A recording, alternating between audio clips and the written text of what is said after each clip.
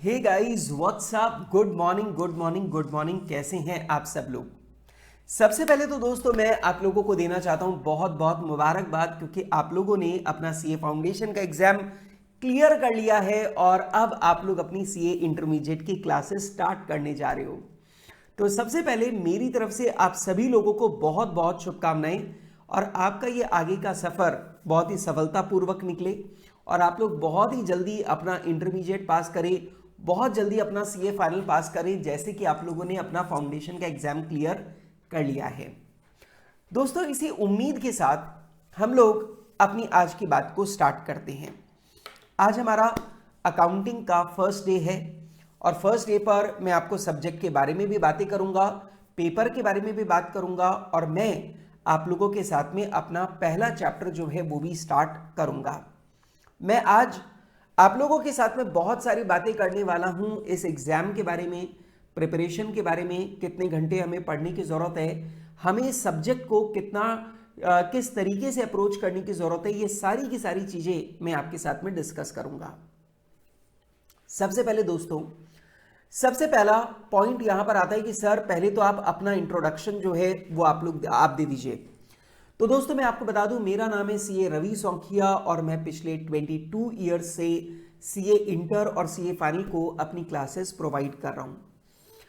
दोस्तों मैं आपको बता दूं कि इस सब्जेक्ट में मेरे लिए कई सारे क्या बोलते हैं बेंचमार्क जो हैं वो मेरे लिए रहे, मतलब माइलस्टोन्स जिसे मैं कहूँगा वो मेरे लिए रहे हैं। जैसे कि करीब 8 बार मेरे स्टूडेंट अकाउंट्स के पेपर में 100 आउट ऑफ 100 स्कोर कर चुके हैं। करीब 8 स्टूडेंट 90s में स्कोर करने वाले बच्चों की अगर मैं लिस्ट बनाता तो शायद वो लिस्ट 700 या 800 बच्चों के आसपास होती। मतलब ऑलमोस्ट हर अटेम्प्ट में 10 से 15 स्टूडेंट ऐसे होते ही हैं जो 90s में स्कोर करते हैं। जैसे 99 स्कोर करने वाले मेरे स्टूडेंट्स की संख्या करीब करीब होनी चाहिए 40s में कुछ होनी चाहिए। 98 स्कोर करने वाले स्टूडेंट वही 40s एंड 50s में हैं। तो ऐसे बहुत बहुत बहुत सारे बच्चे रहे हैं और हर अटेम्प्ट में ऐसे बहुत सारे बच्चे रहते हैं जो 90s में स्कोर करते हैं इस सब्जेक्ट में। और मैं आपको बता दूं कि ये कोई बहुत विचित्र बात नहीं है, क्योंकि सब्जेक्ट बहुत आसान है और अगर इस सब्जेक्ट को बिल्कुल लॉजिकली प्रिपेयर किया जाए, बिल्कुल सिस्टमैटिकली प्रिपेयर किया जाए, तो इस सब्जेक्ट में 90s में मार्क्स लाना तो ठीक है, 100 आउट ऑफ 100 लाना भी बिल्कुल पॉसिबल है। बिल्कुल आसानी से 100 आउट ऑफ 100 जो है वो स्कोर किए जा सकते हैं। अब आप बोलेंगे सर फिर तो हमें टारगेट 100 ऑन 100 पे ही करना है। यस, आपको टारगेट 100 ऑन 100 पे ही करना है। सिर्फ और सिर्फ जरूरत सिर्फ इस बात की है कि आप लोगों को जब मैं क्लास में पढ़ा रहा हूं तो आप लोग मेरी क्लास को आप बिल्कुल ध्यान से देखें। जो नोट्स मैं लिखवाता हूं उन्हें बहुत ध्यान से, बहुत प्रॉपर तरीके से अपने रजिस्टर में नोट करें। ये नोट्स क्यों इंपॉर्टेंट है ये वाली बात भी अभी मैं आपको समझाऊंगा।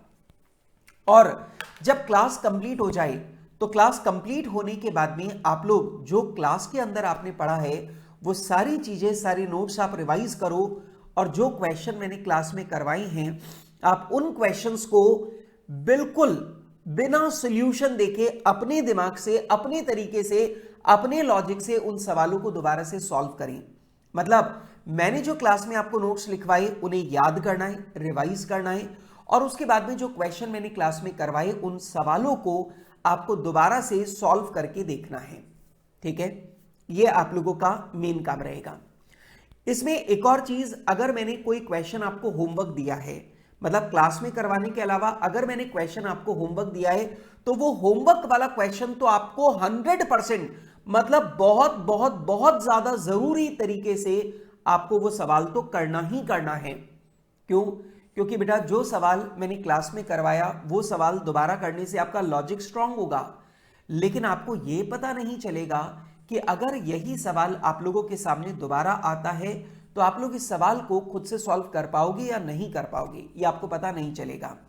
लेकिन जब आपको होमवर्क क्वेश्चन करोगे, जो मैंने आपको सॉल्व नहीं करवाया है, मैंने आपको होमवर्क दिया है, जब आप उस सवाल को अपने आप करोगे तो आपको पता चलेगा कि रियल में वो लॉजिक आपको कितना समझ में आता है। और आप लोग एग्जाम में जब आपके सामने बिल्कुल वैसा ही सवाल आपके सामने आएगा तो आप उस सवाल को कर पाओगे या नहीं कर पाओगे। नया सवाल अगर आपके सामने रख दिया जाए तो आप उसे कर पाओगे या नहीं कर पाओगे, ये आपको तभी पता लगेगा। एक और बात जो बहुत इंपॉर्टेंट है वो ये कि आप लोग जब वीडियो लेक्चर को देखते हैं तो आमतौर पे जब मैं बैकएंड पे डेटा देखता हूं तो मुझे नजर आता है कि स्टूडेंट जो क्लासेस देखते हैं वो किस तरीके से देखते हैं कि पहले 15 मिनट देख लिया, फिर उन्होंने बंद कर दिया, फिर उसके बाद में फिर दोबारा वो बैठ गए, 15-20 मिनट का ब्रेक लिया, फिर दोबारा बैठे, फिर 1.5 घंटे की क्लास ले ली, फिर पॉज करके चले गए 2 घंटे के लिए, फिर उसके बाद आए, बाकी 45 मिनट्स की क्लास उन्होंने देखी। ऐसा करते हैं। मैं आपको बताऊं दोस्तों, ऐसा आपको बिल्कुल भी नहीं करना है, क्योंकि जब आप ब्रेक लेते हो तो आपकी रिदम ब्रेक हो जाती है। ब्रेक अगर आपको लेना है तो लेक्चर के बीच, लेक्चर खत्म होने के बाद में अगले लेक्चर से पहले आप लोग ब्रेक लो। मतलब आप लोग एक लेक्चर को पूरा का पूरा एक ही बार में आप लोगों को देखना है। अगर आप लोग लेक्चर्स को टुकड़ों में देखते हो तो मेरे बच्चों आप लोग कॉन्सेप्ट को कभी भी पूरी तरह ग्रैस्प नहीं कर पाओगे, क्योंकि वो ब्रेक्स में आप लोगों के दिमाग में जा रहा है, तो वो एक प्रॉपर रिदम और प्रॉपर अंडरस्टैंडिंग जो है वो कभी भी नहीं बन पाएगी।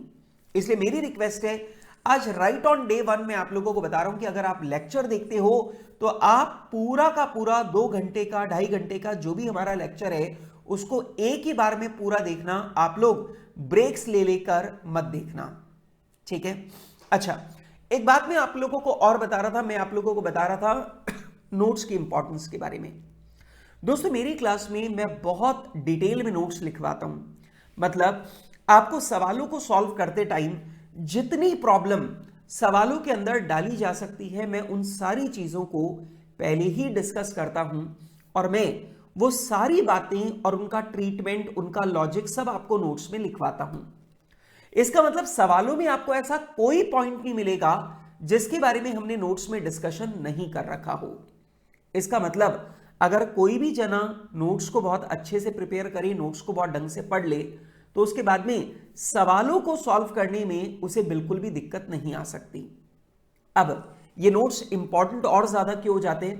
क्योंकि एग्जाम वाले दिन पर या एग्जाम के 5 दिन पहले, 7 दिन पहले जब आप लोग रिवीजन कर रहे हो तो ऑब्वियस ही बात है ये 300 क्वेश्चन, ये 400 क्वेश्चन जो हम लोग अभी डिस्कस करने वाले हैं, बल्कि रादर आई गेस मेरे हिसाब से तो शायद ये और भी बहुत ज्यादा संख्या होनी चाहिए, they should be more than 600 something.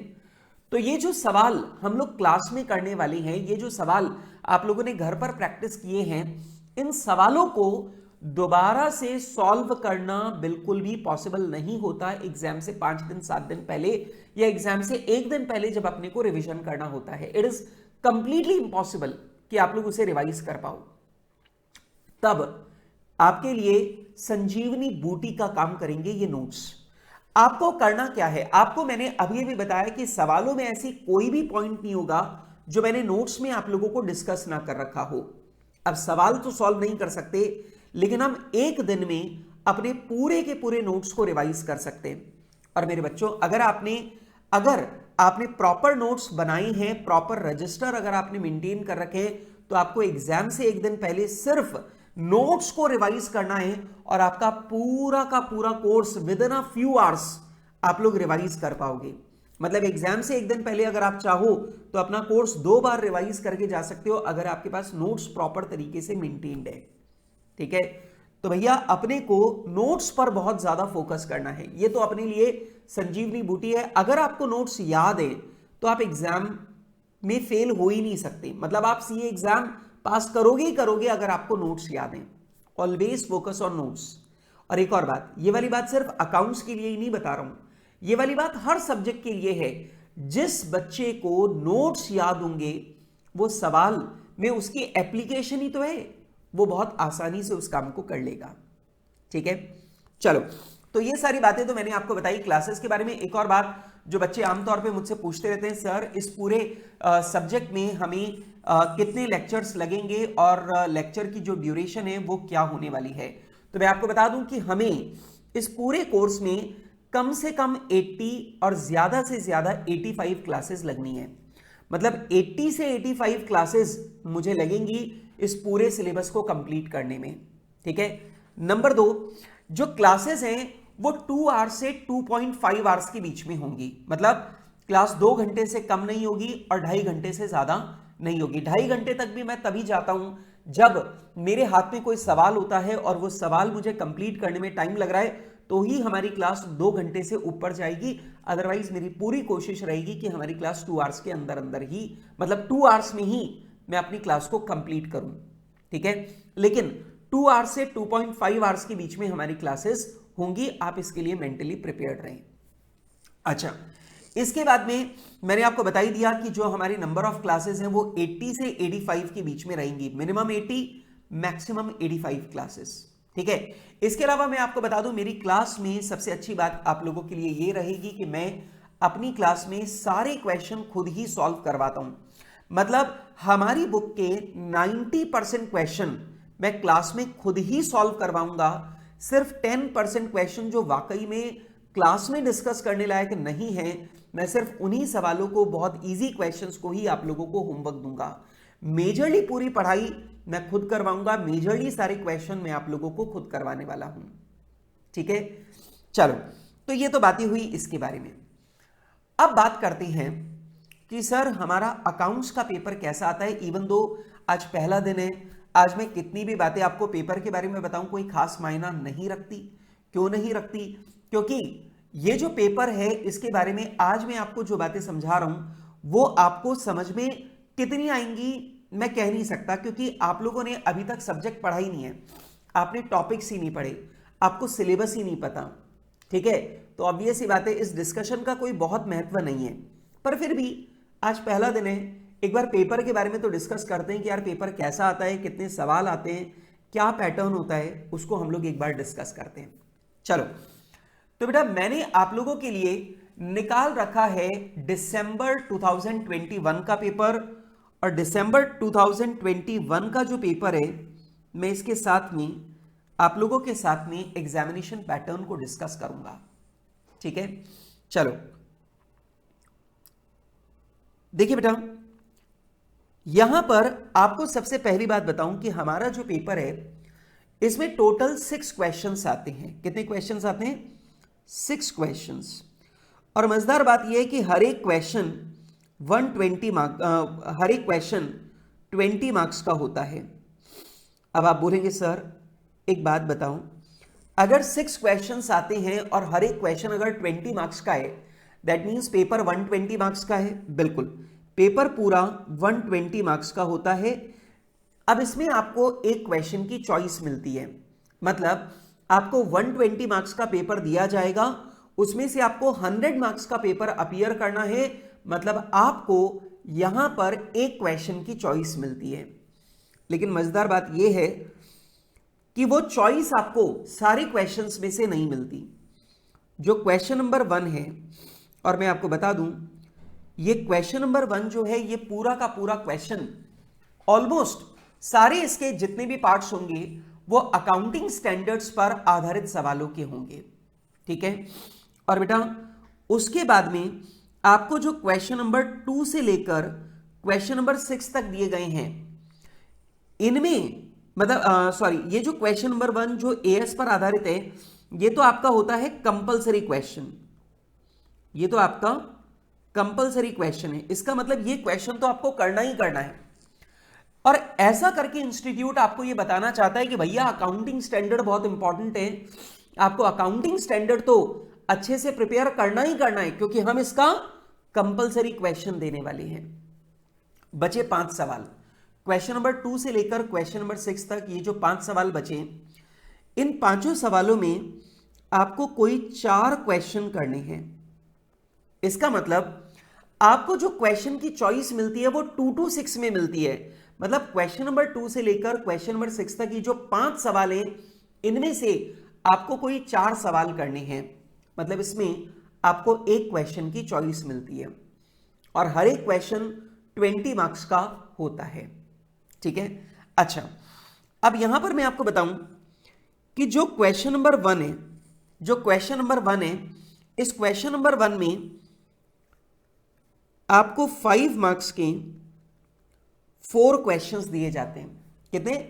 5 marks के 4 क्वेश्चंस आप लोगों को दिए जाते हैं, दैट मेक्स इट 20।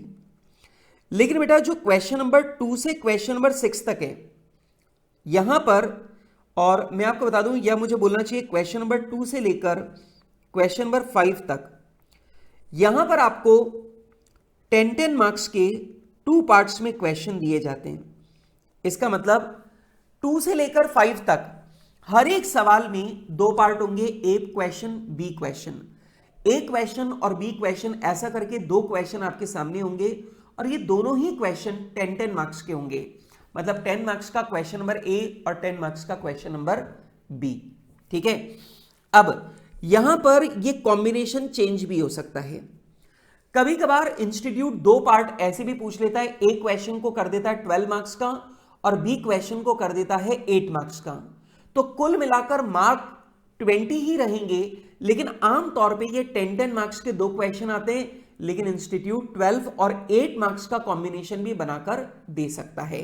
मतलब एक क्वेश्चन थोड़ा बड़ा दे दिया, एक क्वेश्चन थोड़ा छोटा दे दिया, जो बड़ा वाला क्वेश्चन है वो 12 मार्क्स का हो गया और जो छोटा वाला क्वेश्चन है वो 8 मार्क्स का हो गया। ऐसा भी इंस्टीट्यूट करता है। और बेटा जो क्वेश्चन नंबर 6 है, इसके लिए इंस्टीट्यूट के पास में बहुत सारे वेरिएशन है। इंस्टीट्यूट जो है वो 10 मार्क्स के 2 क्वेश्चन भी बना सकता है। इंस्टीट्यूट क्वेश्चन नंबर 6 में वही 5 मार्क्स के 4 क्वेश्चंस भी बना सकता है। मतलब ध्यान रखना, क्वेश्चन नंबर 6 में इंस्टीट्यूट के पास में वेरिएशन है। इंस्टीट्यूट चाहे तो वो 10-10 मार्क्स के 2 क्वेश्चन भी पूछ लेता है और इंस्टीट्यूट 5-5 मार्क्स के 4 क्वेश्चंस जो है वो भी पूछ लेता है।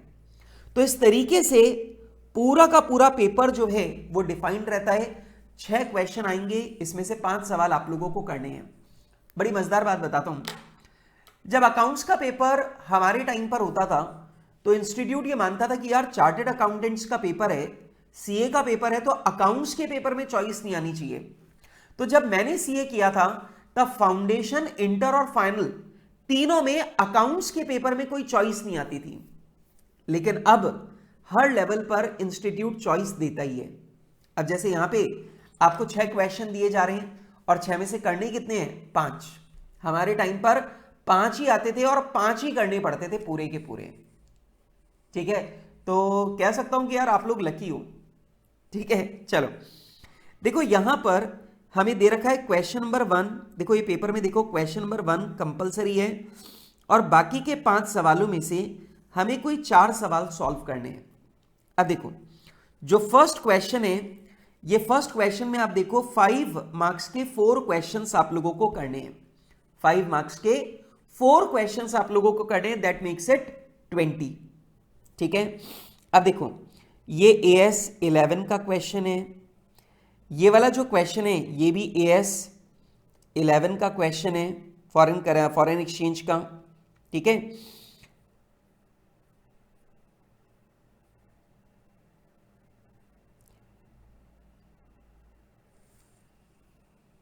इसके बाद में बेटा ये वाला जो क्वेश्चन है, ये वाला क्वेश्चन हमारा AS 3 का क्वेश्चन आ गया।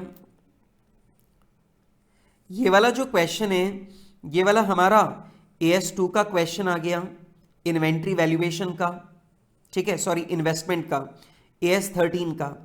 तो ये वाला क्वेश्चन हमारा AS 13 का क्वेश्चन आ गया, इन्वेस्टमेंट अकाउंट्स का, इन्वेस्टमेंट अकाउंटिंग का। ठीक है, अच्छा ये वाला जो क्वेश्चन है, ये वाला क्वेश्चन हमारा आ गया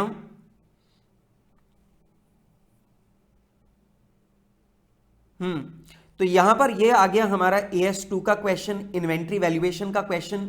ठीक है, इन्वेंट्री वैल्यूएशन का क्वेश्चन आ गया। अब यहां पर अगर आप लोग ध्यान से देखो तो यहां पर जितने भी क्वेश्चन पूछे गए थे ये चारों सवाल किस पर आधारित हैं? अकाउंटिंग स्टैंडर्ड पर। AS 11, AS 13, AS 2। ठीक है, तो सारे के सारे सवाल किसके थे? अकाउंटिंग स्टैंडर्ड के, जैसा कि मैंने आपको पहले ही बताया था। तो जो क्वेश्चन नंबर 1 आता है, ये क्वेश्चन नंबर 1 किसका होता है? अकाउंटिंग स्टैंडर्ड्स का क्वेश्चन होता है और ये अकाउंटिंग स्टैंडर्ड का क्वेश्चन आता है 20 मार्क्स का। ठीक है, उसके बाद में शुरू हो जाएंगे क्वेश्चन नंबर 2 से, और मैंने आपको बताया था क्वेश्चन नंबर 2 से 20 मार्क्स के क्वेश्चन होंगे जिनमें 2 पार्ट होंगे, या तो 10-10 मार्क्स के 2 पार्ट होंगे या 12 और 8 मार्क्स के 2 पार्ट होंगे। अब जैसे ये वाला सवाल देखो, इसमें एक क्वेश्चन जो है ये 10 मार्क्स का है और बेटा ये जो बी क्वेश्चन है, ये बी क्वेश्चन भी आप देखो 10 मार्क्स का है, ठीक है। अच्छा, क्वेश्चन नंबर 2 में देखो वही ए पार्ट 10 मार्क्स का आ गया और बी पार्ट जो है वो 10 मार्क्स का आ गया। इसके बाद में क्वेश्चन नंबर 3 में भी, क्वेश्चन नंबर 4 में देखो यहां पर एक ही क्वेश्चन इन्होंने पूछ लिया पूरा 20 मार्क्स का। मतलब भैया इन्होंने एक बड़ा लंबा सवाल आपसे पूछा है और एक बहुत बड़ा सवाल आपसे पूछा है और ये पूरा का पूरा सवाल आपका कितने मार्क्स का है? 20 मार्क्स का एक ही क्वेश्चन इंस्टीट्यूट ने पूछ लिया।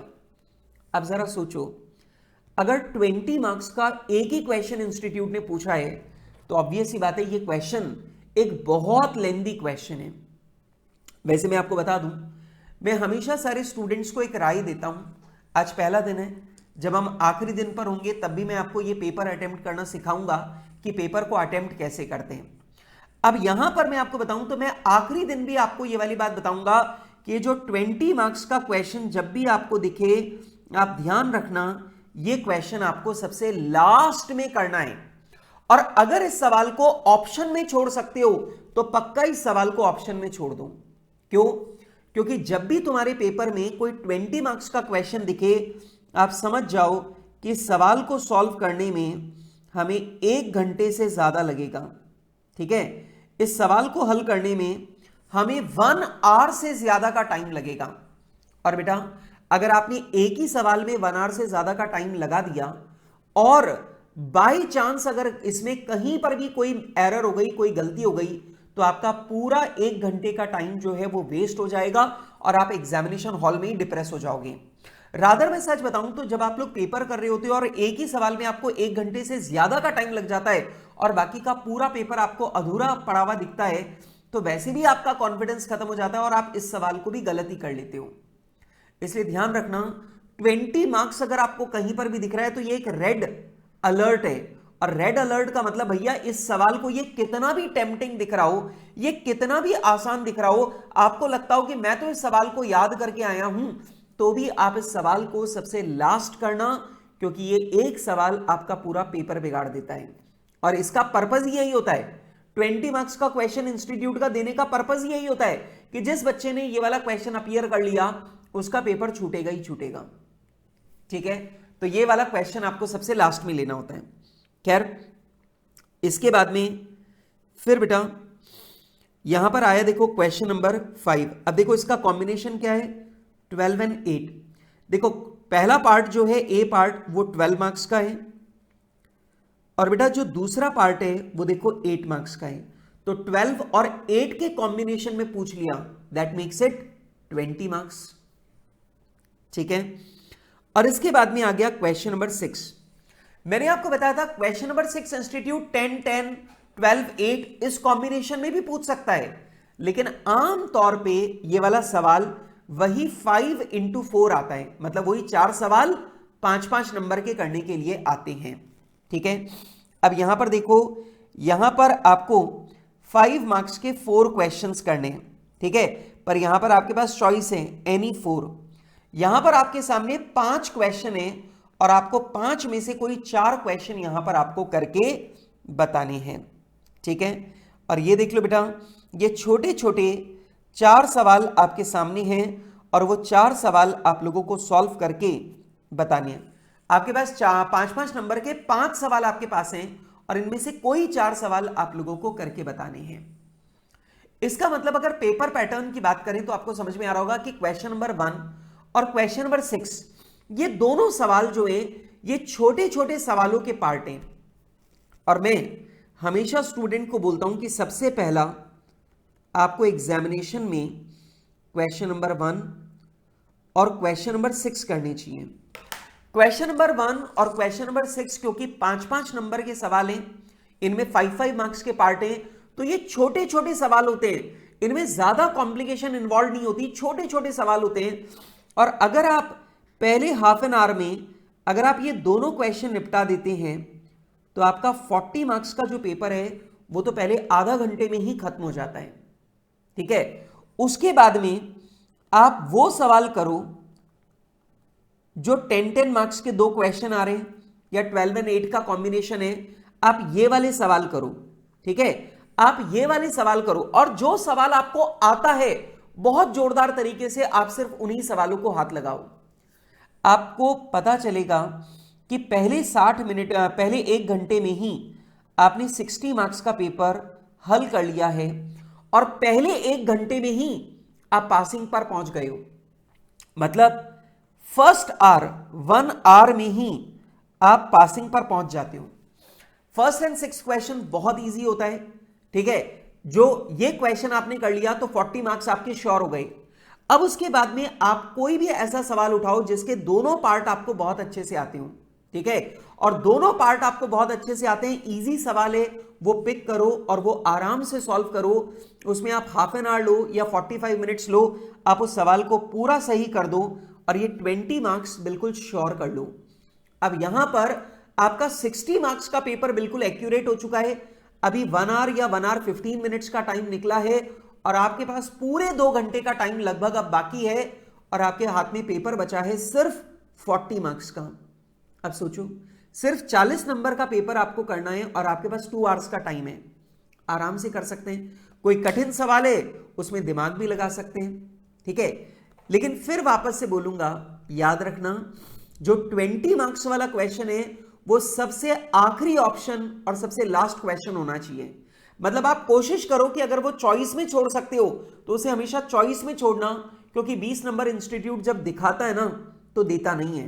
मतलब इंस्टीट्यूट 20 नंबर का सवाल देता ही वही है जो उसको पता है स्टूडेंट ला नहीं सकता, ये सिर्फ टेम्पटिंग के लिए होता है, ठीक है। मतलब इंस्टीट्यूट सिर्फ आपका माइंडसेट टेस्ट करना चाहता है, वो जानता है ये वाले 20 नंबर किसी के नहीं आएंगे, ठीक है, इसलिए उसको लास्ट चॉइस और लास्ट क्वेश्चन के रूप में ही देखना, ठीक है।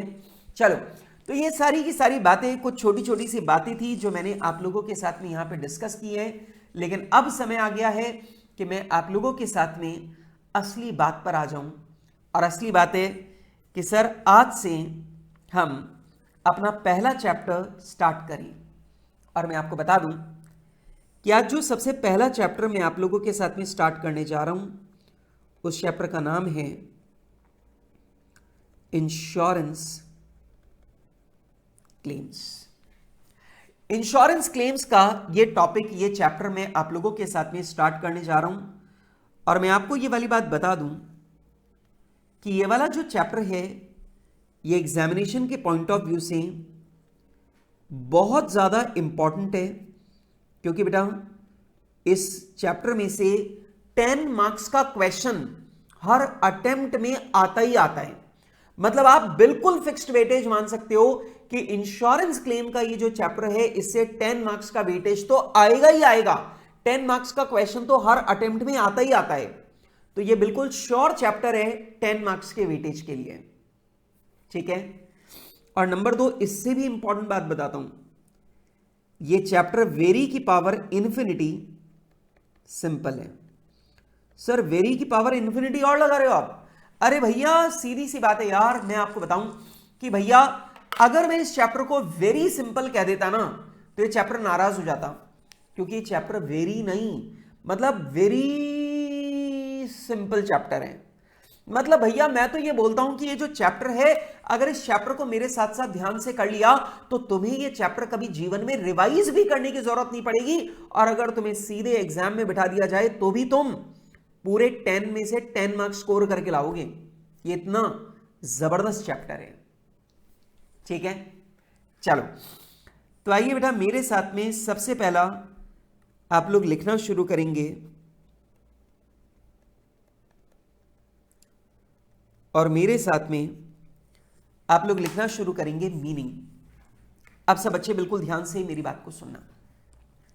सबसे पहली बात कि इंश्योरेंस क्लेम या इंश्योरेंस हम लोग किसे कहते हैं बेटा?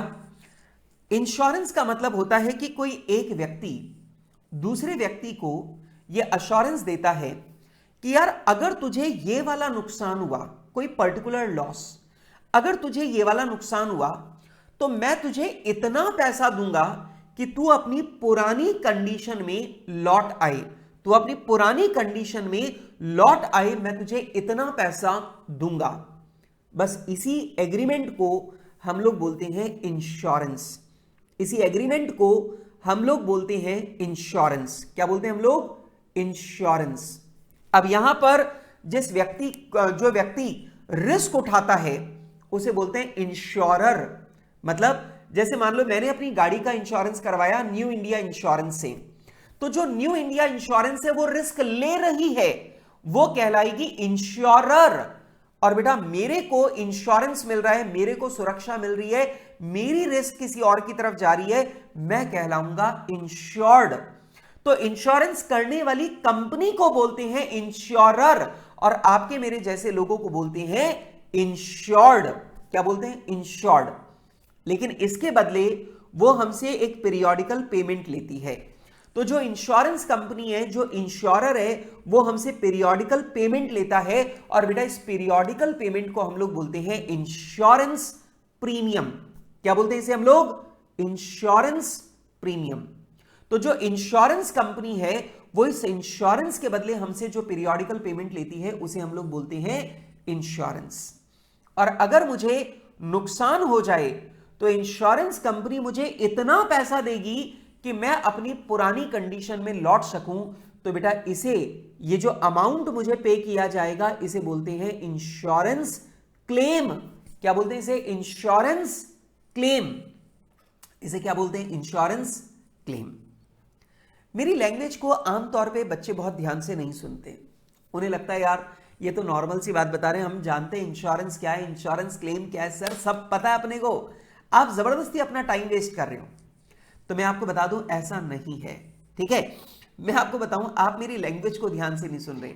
मैंने बार बार एक शब्द का इस्तेमाल किया कि इंश्योरर आपको उतना ही पैसा देगा कि आप अपनी पुरानी स्थिति में लौट पाओ। इसे इंश्योरेंस क्लेम कहते हैं। ये इंश्योरेंस वाले बिजनेस का सबसे इंपॉर्टेंट कॉन्सेप्ट है।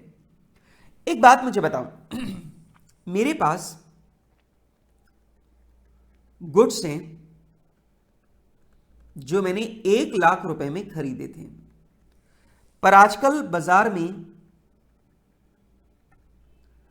बाजार में इनकी जो प्राइस चल रही है वो 90,000 चल रही है।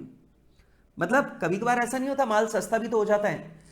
तो मान लो मेरे गोडाउन में बहुत सारा माल रखा है जो कि मैंने 10,000 में खरीदा था, आज बाजार से नया लेने जाएं तो 90,000 का आता है। अब समझना, ये जो माल है इसकी सेल वैल्यू 1,40,000 है, ठीक है। मैंने एक इंश्योरेंस पॉलिसी ली और मेरी इंश्योरेंस पॉलिसी 1,50,000 की मैंने इंश्योरेंस पॉलिसी ली।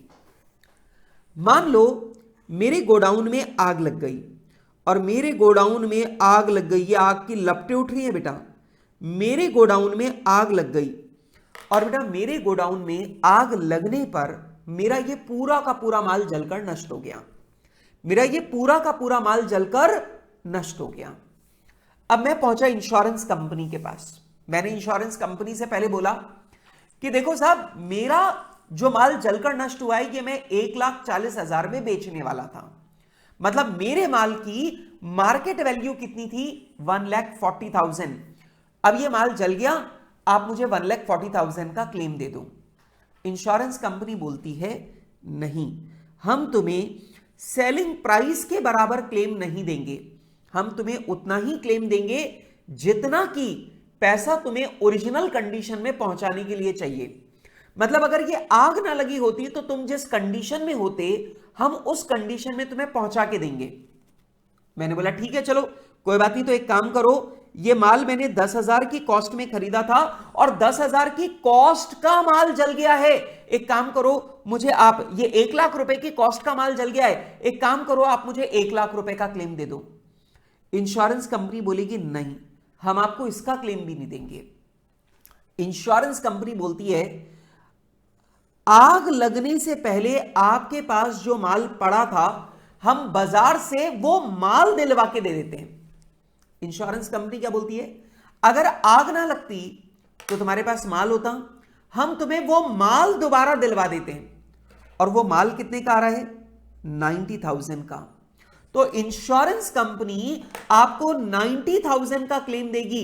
मतलब इंश्योरेंस कंपनी आपको इतना पैसा देगी कि आप अपनी पुरानी स्थिति में लौट सकें। इंश्योरेंस कंपनी आपको इतना पैसा देगी कि आप अपनी पुरानी स्थिति में, पुरानी कंडीशन में लौट पाए। इंश्योरेंस कंपनी आपको उतना ही पैसा देगी। मतलब इंश्योरेंस कंपनी आपको बोलेगी अगर आग ना लगती तो तेरे पास माल होता ना, एक काम कर, ये 90,000 ले, माल खरीद ला दोबारा।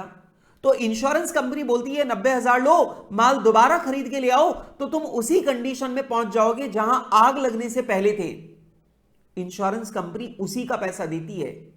अब हमें आज तक हमारे दिमाग में एक बात हमेशा रही कि इंश्योरेंस कंपनी हमेशा मार्केट वैल्यू के बराबर पैसा देती है। तो मैं आपको बता दूं, ऐसा बिल्कुल भी नहीं होता। इंश्योरेंस कंपनी इंश्योरेंस क्लेम में आपको उतना पैसा देती है जिससे आप नुकसान से पहले वाली स्थिति में लौट पाओ। बस इतना पैसा देती है इंश्योरेंस क्लेम में। मैं आपको एक कहानी सुनाता हूं। बहुत टाइम पहले की बात है। मेरे पास जो हमारा जयपुर में जो हमारा सेंटर है, that is spread in almost 8,000 square feet. तो हमारा 8,000 स्क्वायर फीट का पूरा बिल्डिंग के अंदर प्रेमाइसेस है, जिसमें हमारा पूरा इंस्टीट्यूट है। अब सब हुआ क्या कि मैंने मेरे इंस्टीट्यूट के जस्ट बगल में एक पेट्रोल पंप था, और पेट्रोल पंप में लग गई आग, और बहुत भयानक आग उसमें लगी, और भयानक वाला ब्लास्ट जो है वो उसमें हुआ पेट्रोल पंप में। ठीक है, और वो बिल्कुल मेरी बिल्डिंग के जस्ट बगल में, मतलब कॉमन वॉल है, ऐसा रहा। जब पेट्रोल पंप में आग लगी तो मेरे को ऐसा लगा कि भाई अपनी तो बिल्डिंग भी गई, और अपने को अब ये बिल्डिंग जो है ये गिरने वाली है, क्योंकि इतनी बड़ी आग लग रही है, इतना बड़ा ब्लास्ट हुआ है, तो बिल्डिंग तो गिरेगी। हुआ क्या कि बिल्डिंग तो बच गई। अगले दिन जब मैं सुबह पहुंचा तो मैंने जाते ही सबसे पहले अपने इंश्योरेंस एजेंट को बुलाया, और इंश्योरेंस एजेंट को बुलाकर मैंने बोला, यार एक काम कर, तू अपनी बिल्डिंग का इंश्योरेंस कर। अपने को भैया पहले यहां पे ब्लास्ट हो चुका, कुछ भी हो सकता है जीवन में, तू तो बिल्डिंग का इंश्योरेंस कर दे। वो जो इंश्योरेंस एजेंट था उसने मुझसे पूछा, बहुत साल पहले की बात है, उसने मुझसे पूछा कि यार आपकी बिल्डिंग की वैल्यू क्या है। मैंने बोला इस बिल्डिंग की वैल्यू 2 करोड़ रुपए की है। बिल्डिंग की वैल्यू कितनी है? 2 करोड़ रुपए की बिल्डिंग की वैल्यू है। उसने बोला ठीक है। तो उसने क्या किया, अपना एक उनके पास कोई जो है वो पेपर होता है, उस पेपर पे वो इंश्योरेंस प्रीमियम वगैरह बताते रहते हैं। तो उन्होंने मुझे निकाल कर बताया कि सर इसका जो इंश्योरेंस प्रीमियम है वो 32,000 पर एनम का लगेगा, और 32,000 पर एनम का इंश्योरेंस प्रीमियम लगेगा, और फिर बिल्डिंग को अगर कोई भी नुकसान हुआ तो मुझे क्लेम मिल जाएगा। मैंने बोला पक्का? बोला पक्का। मैंने उसको बोला, मैंने अपने मित्र को बोला कि भैया एक बात मैं तुमको बताना चाहता हूं कि तुम्हें इंश्योरेंस के बारे में कोई नॉलेज नहीं है। उसने बोला क्यों? सही तो बता रहा हूं भाई, 2 करोड़ की वैल्यू है, 2 करोड़ का इंश्योरेंस पॉलिसी ले लेते हैं, तुम्हें 32,000 का प्रीमियम मिलेगा, और नुकसान हो गया तो इंश्योरेंस कंपनी तुमको पैसे दे देगी। मैंने बोला तुम्हें नॉलेज नहीं है, बिल्डिंग के मामले में इंश्योरेंस कंपनी ऐसा नहीं करती है। आपको इंश्योरेंस कंपनी कभी मार्केट वैल्यू के बराबर पैसे नहीं देती। इंश्योरेंस कंपनी आपको उतना पैसा देती है जितना आपको पहली वाली ओरिजिनल पोजीशन में पहुंचाने के लिए आवश्यक है। सिर्फ उतना ही पैसा इंश्योरेंस कंपनी देती है। अब मान लो अगर मेरी इस बिल्डिंग में आग लग जाए या बिल्डिंग गिर जाए, कुछ भी हो जाए, तो इंश्योरेंस कंपनी ऐसे क्लेम नहीं देगी। इंश्योरेंस कंपनी बोलेगी कि आपका बिल्डिंग का एरिया 8,000 स्क्वायर फीट का है, कंस्ट्रक्शन कॉस्ट 750 पर स्क्वायर फीट है। मैं उस टाइम की बात बता रहा हूं क्योंकि कहानी पुरानी है, आज तो 1100-1200 की कॉस्टिंग आती है, पर मैं तो उस टाइम की बात बता रहा हूं जो मैंने अपने मित्र को समझाई। मैंने उसे बताया कि जो 8,000 स्क्वायर फीट है, इसे बनाने में 750 रुपीज के हिसाब से इसकी कंस्ट्रक्शन कॉस्ट है 60 लाख। तो अगर मैं 2 करोड़ की इंश्योरेंस पॉलिसी ले लेता हूं, मैं पूरी जिंदगी भर 2 करोड़ का इंश्योरेंस प्रीमियम भरता रहूंगा, लेकिन अगर यह बिल्डिंग गिर गई ना तो इंश्योरेंस कंपनी मुझे 2 करोड़ रुपया नहीं देगी। इंश्योरेंस कंपनी मुझसे बोलेगी कि इस बिल्डिंग को दोबारा बनाने में कितना पैसा लगेगा? 68 लाख। ये लो 68 लाख, दोबारा बना लो। और अगर बिल्डिंग तुमने दोबारा बनाई तो तुम लॉस से पहले वाली कंडीशन में पहुंच जाओगे, और इंश्योरेंस कंपनी आपको इतना ही पैसा देगी। मतलब मार्केट वैल्यू भले ही 2 करोड़ की है, पर इंश्योरेंस कंपनी 2 करोड़ रुपया नहीं देती। इंश्योरेंस कंपनी आपको उतना ही पैसा देती है जितना कि आपको अपनी पुरानी सिचुएशन, पुरानी कंडीशन में पहुंचने के लिए चाहिए। इंश्योरेंस कंपनी आपको उतने ही पैसे देती है। तो इंश्योरेंस कंपनी बोलेगी ये बिल्डिंग बनाने की लागत 68 लाख है, ये 68 लाख पकड़ो, दोबारा बना लो। अब आप बोलेंगे सर इसका मतलब बाकी जो 1 करोड़ 40 लाख रुपीस जो बाकी का इंश्योरेंस है वो वेस्ट है। हां, वो वेस्ट है। उसका इंश्योरेंस प्रीमियम जो जा रहा है वो भी वेस्ट है, क्योंकि इंश्योरेंस कंपनी आपको कभी वो 1 करोड़ 40 लाख रुपीस एक्स्ट्रा देने वाली नहीं है। इसका मतलब आप जो इंश्योरेंस करवा रहे हो उसका प्रीमियम बेकार में जा रहा है। अब जरा समझो इस बात को, ये मेन पॉइंट है। इसका मतलब ये हुआ कि अगर मैंने ये वाला चैप्टर ना पढ़ा होता, अगर ये इंश्योरेंस क्लेम वाला चैप्टर मैंने ना पढ़ा होता तो मुझे ये वाली जानकारी नहीं होती और मैं आज तक अपने पैसे वेस्ट कर रहा होता। तो मैंने क्या किया, मैंने इंश्योरेंस पॉलिसी ली सिर्फ 60 लाख रुपीस की और इसका इंश्योरेंस प्रीमियम मेरा लगा होगा कोई 14,000 के आसपास। मतलब आप सोचो, नॉलेज से, इस चैप्टर से मैंने अपने लिए हर साल 14,000 रुपए लगा, मतलब हर साल करीब करीब 18,000 रुपए मैंने हर साल अपने लिए बचाए। And this is possible just because कि मुझे इंश्योरेंस का कॉन्सेप्ट पता है। और अब मुझे लगता है कि आप लोग मेरी डेफिनेशन को ध्यान से पढ़ेंगे। मैंने आपको बताया इंश्योरेंस एक ऐसा एग्रीमेंट है जिसमें इंश्योरर इंश्योर्ड को यह वचन देता है कि अगर तुझे यह वाला नुकसान हुआ तो मैं तुझे इतने पैसे दूंगा कि तू अपनी ओरिजिनल कंडीशन में पहुंच पाए। और बेटा इसी को बोलते हैं इंश्योरेंस क्लेम। अच्छा, एक और बात, मान लो अगर बाजार में इसकी रेट 1,10,000 हो जाए तो याद रखना इंश्योरेंस कंपनी आपको 1,10,000 पे करती है। समझ में आ रही है? मतलब आपने जब खरीदा था तो यह माल 1 लाख का था, लेकिन आज आप बाजार में नया खरीदने जाओगे माल तो 1,10,000 का आएगा, तो इंश्योरेंस कंपनी को 1,10,000 देने पड़ेंगे। इंश्योरेंस कंपनी आपको इतना पैसा देगी कि आप वही चीज दोबारा से खरीद पाओ, वही चीज दोबारा से बना पाओ, इतने ही पैसे देती है। ठीक है? तो अगली बार जब एक इंश्योरेंस एजेंट आए और आपको बेवकूफ बनाने का प्रयास करे तो बेवकूफ नहीं बनना। जितने पैसे मिलने वाले हैं उतना ही इंश्योरेंस करवाओ। उससे ज्यादा का इंश्योरेंस अगर आप करवाओगे तो प्रीमियम ज्यादा लगेगा पर आपको फायदा उसका कुछ भी नहीं होगा। ठीक है? चलो लिखो फटाफट से, मैं डिक्टेट करूंगा, आप लोग लिखेंगे। Insurance is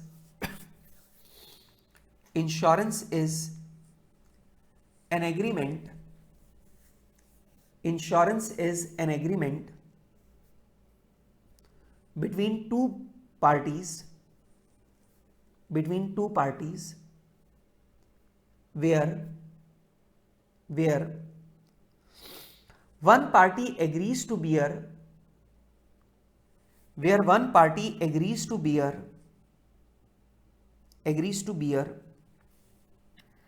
a specified risk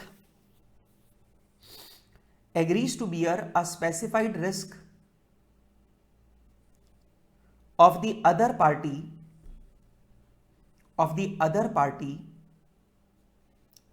in consideration of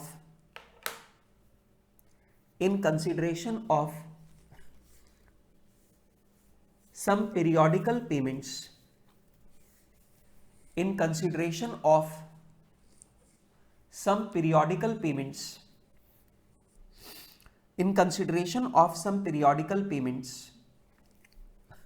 periodical payments, full stop. The party who is taking the risk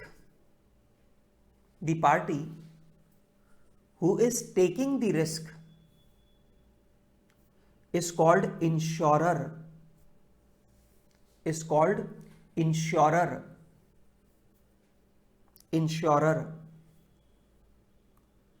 comma, the party whose risk is transferred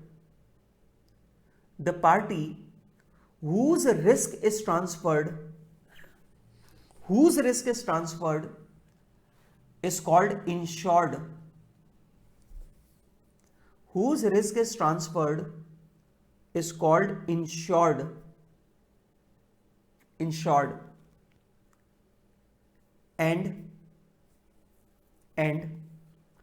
the periodical payment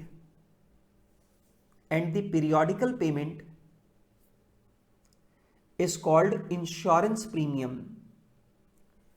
Periodical payment is called insurance premium.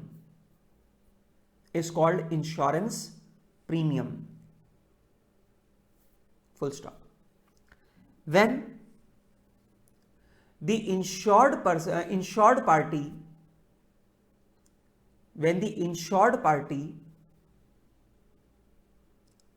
incurs the specified loss,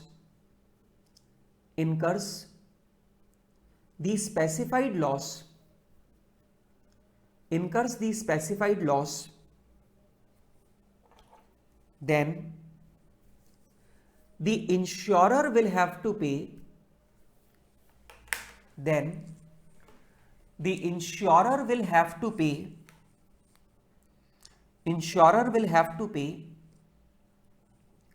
such an amount,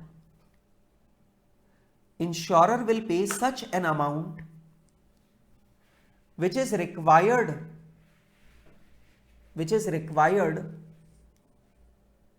to restore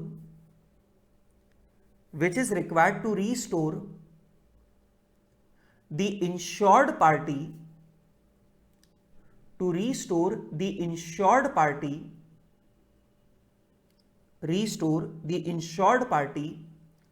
to its original condition.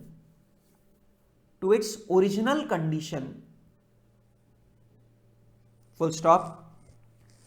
This amount is called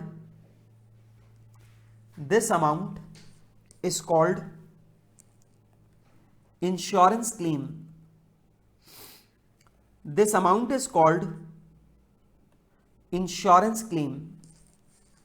और बेटा इस amount को हम लोग बोलते हैं insurance claim. क्या बोलते हैं? Insurance claim. ठीक है, चलो अब लिखो टॉपिक्स फॉर डिस्कशन. मतलब भैया इस चैप्टर में हम कौन कौन से टॉपिक्स पढ़ने वाले हैं उनके बारे में जरा बात कर ली. टॉपिक्स फॉर डिस्कशन, क्या क्या टॉपिक्स पढ़ने वाले हैं वो सुनो. सबसे पहला बेटा टॉपिक मैं आपको पढ़ाऊंगा लॉस ऑफ स्टॉक पॉलिसी. मतलब अगर आपने अपने गोडाउन का इंश्योरेंस करवा रखा है, गोडाउन में आग लग गई, आपका सारा स्टॉक जल गया, तो आपको इंश्योरेंस क्लेम कितना मिलेगा. ठीक है, वो इंश्योरेंस क्लेम कैसे कैलकुलेट होता है वो मैं आपको यहां पे सिखाने वाला हूं. ठीक है, नंबर 2, दूसरा मैं सिखाऊंगा लॉस ऑफ प्रॉफिट पॉलिसी. वैसे लॉस ऑफ प्रॉफिट पॉलिसी को हम लोग कॉन्सिक्वेंशियल लॉस पॉलिसी भी बोलते हैं. कॉन्सिक्वेंशियल लॉस पॉलिसी जो है वो भी बोलते हैं. सर ये क्या होती है? जैसे मान लो मेरी एक मिठाई की दुकान है. अब मेरी मिठाई की दुकान है और अगर मेरी दुकान में आग लग गई तो ऑब्वियस सी बात है जो मिठाइयां जल गई वो तो है ही नुकसान, लेकिन दुकान अगर जल गई तो जब तक मैं इस दुकान को दोबारा नहीं बना लेता तब तक मेरी सेल मारी जाएगी, तब तक मेरा प्रॉफिट मारा जाएगा. तो अगर हमारी बिजनेस प्रेमाइसेस में आग लग जाती है और हमारा बिजनेस बंद हो जाता है तो बिजनेस जब तक हम बिल्डिंग दोबारा ना बना ले तब तक हमारा बिजनेस बंद रहता है, तब तक हमारी सेल बंद रहती है, उतने समय में हमारा प्रॉफिट मारा जाता है. तो बेटा वो जो प्रॉफिट मारा जा रहा है उस प्रॉफिट के नुकसान के लिए अगर अपन लोगों ने कोई इंश्योरेंस पॉलिसी ले रखी है तो वो कहलाती है लॉस ऑफ प्रॉफिट पॉलिसी या फिर कॉन्सिक्वेंशियल लॉस पॉलिसी. उसे क्या बोलते हैं? लॉस ऑफ प्रॉफिट पॉलिसी या फिर कॉन्सिक्वेंशियल लॉस पॉलिसी. ठीक है, अच्छा मतलब मान लो जैसे मैं 1 लाख रुपए महीना कमाता हूं. ठीक है, अब मान लो मेरी मिठाई की दुकान है और मैं 1 लाख रुपए महीना कमाता हूं, मेरी दुकान में आग लग गई, मिठाइयां जल गई, वो नुकसान तो ठीक है, लेकिन अगर मुझे ये दुकान दोबारा बनाने में 6 महीने लगे तो ऑब्वियस सी बात है 6 महीने में मेरा 6 लाख रुपए का प्रॉफिट मारा जाएगा। मतलब ये भी तो मेरा नुकसान है। 6 लाख रुपए जो मेरे पास आते वो नहीं आई, वो प्रॉफिट मारा गया। इस 6 लाख रुपए के नुकसान के लिए अगर हमने इंश्योरेंस पॉलिसी ले रखी है, that is called loss of profit policy. ठीक है, और इसमें क्लेम कैसे निकालते हैं वो मैं सिखाऊंगा। जितना आसानी से मैंने यहां पे लिखा उतना आसान नहीं है, थोड़ा कॉम्प्लिकेटेड है, और वो कैसे निकालते हैं वो यहां पर मैं आपको सिखाऊंगा। तीसरी बात, इंश्योरेंस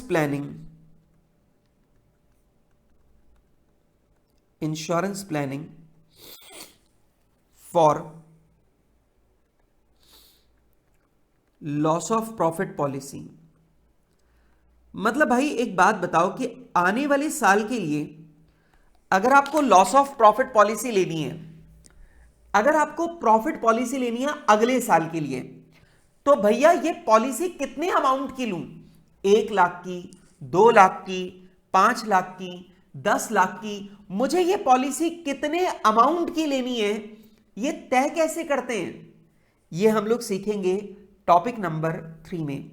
तो बेटा टॉपिक नंबर 3 में हमारा फोकस किस बात पर होगा कि हमें इंश्योरेंस पॉलिसी कितने रुपए की लेनी है, ये कैसे डिसाइड करते हैं। ठीक है, तो बेटा कुल मिलाकर ये 3 टॉपिक मैं आप लोगों को पढ़ाने वाला हूं। ठीक है, ये ध्यान रखना। अगर मैं पिछले ट्रेंड्स को देखूं तो हमारा institute loss of stock policy के क्वेश्चन ज्यादा पूछता है, और बेटा लॉस ऑफ प्रॉफिट पॉलिसी के क्वेश्चन कम पूछता है। वैसे डिफिकल्ट कौन सा है? लॉस ऑफ प्रॉफिट पॉलिसी ज्यादा मेहनत करवाता है, लेकिन हमारा इंस्टीट्यूट पता नहीं क्यों इस पेपर को इतना आसान बनाने में लगा हुआ है। हमारा institute loss of stock policy के ही क्वेश्चन ज्यादा पूछता है, लॉस ऑफ प्रॉफिट पॉलिसी के क्वेश्चन हमारा इंस्टीट्यूट कम पूछता है।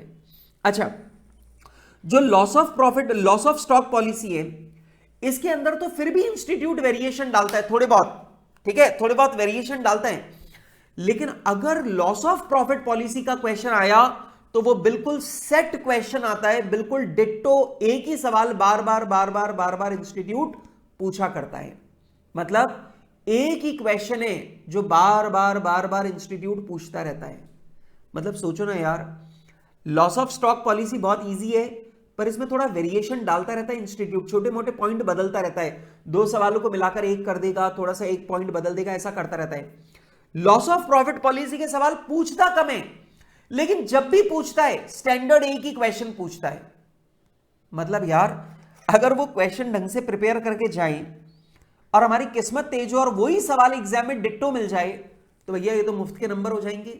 यस, ठीक है, तो ध्यान रखना, institute loss of stock policy में थोड़ा वेरिएशन डालता है, हर सवाल में कुछ ना कुछ तो नया डाल के पूछता है, लेकिन लॉस ऑफ प्रॉफिट पॉलिसी में स्टैंडर्ड क्वेश्चन आता है। अच्छा, अब आप बोलेंगे सर लॉस ऑफ प्रॉफिट, ये इंश्योरेंस प्लानिंग का क्या सीन है?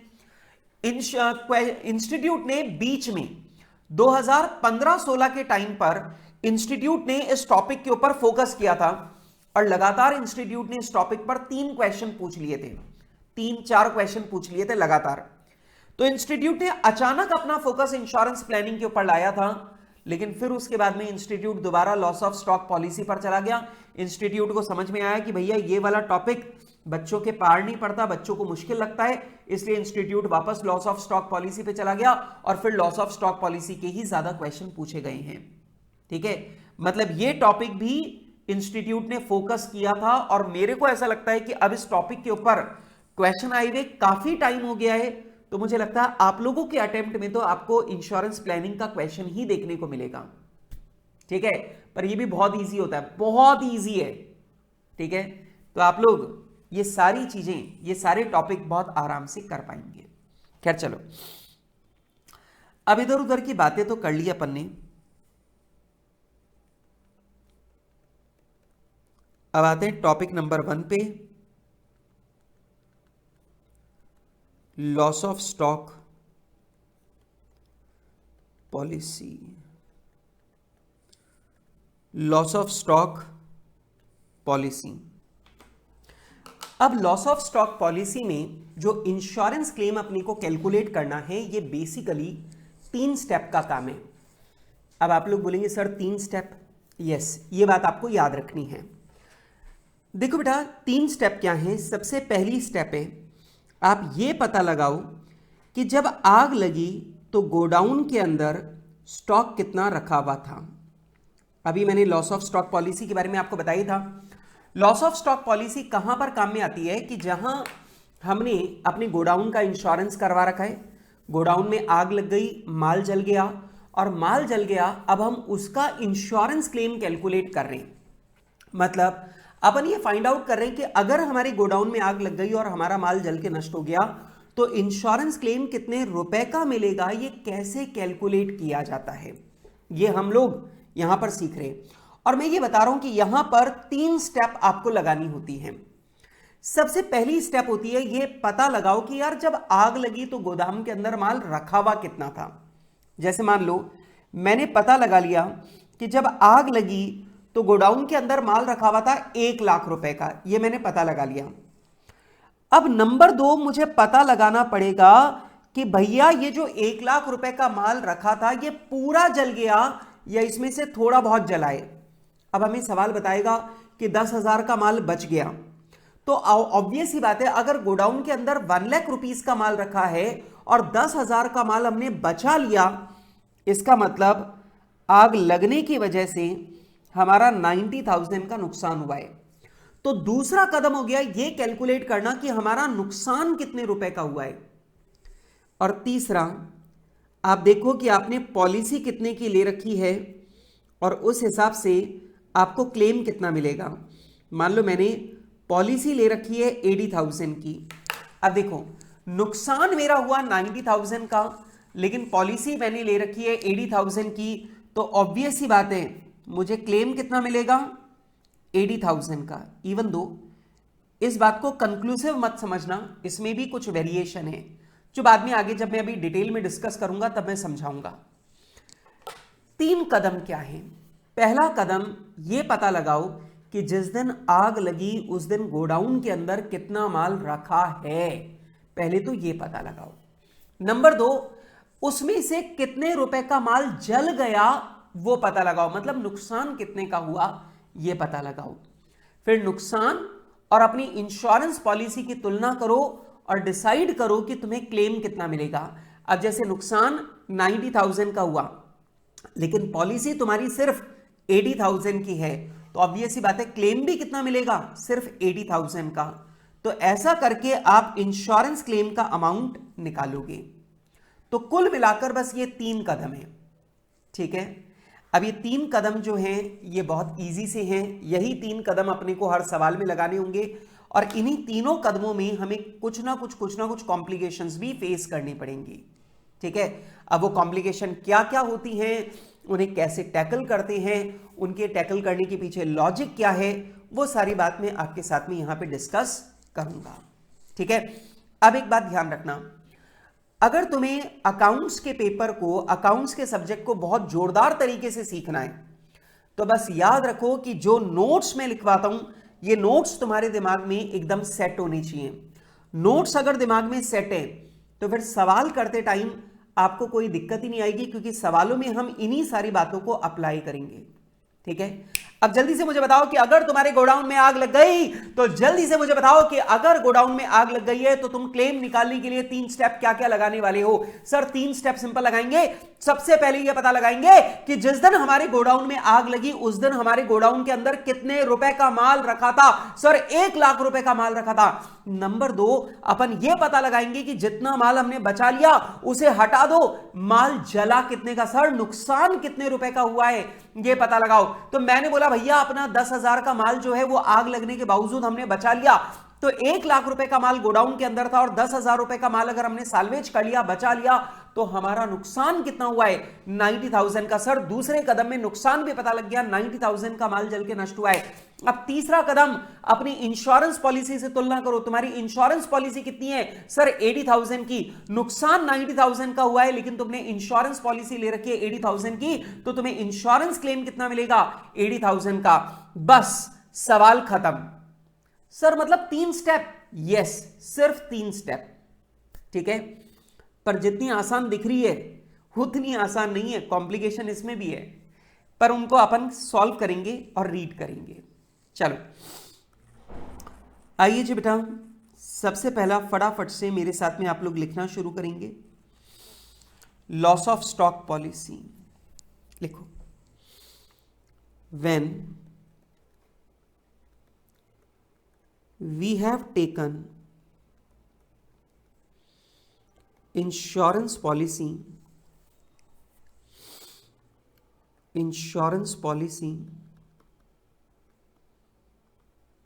for our godown and stock therein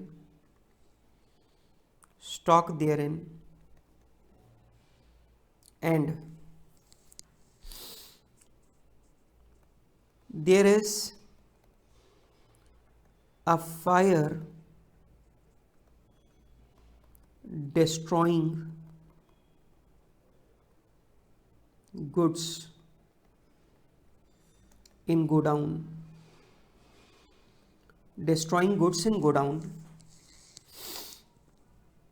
then in that condition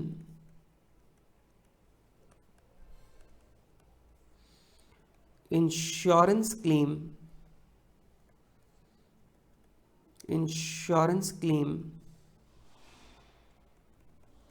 will be calculated as under।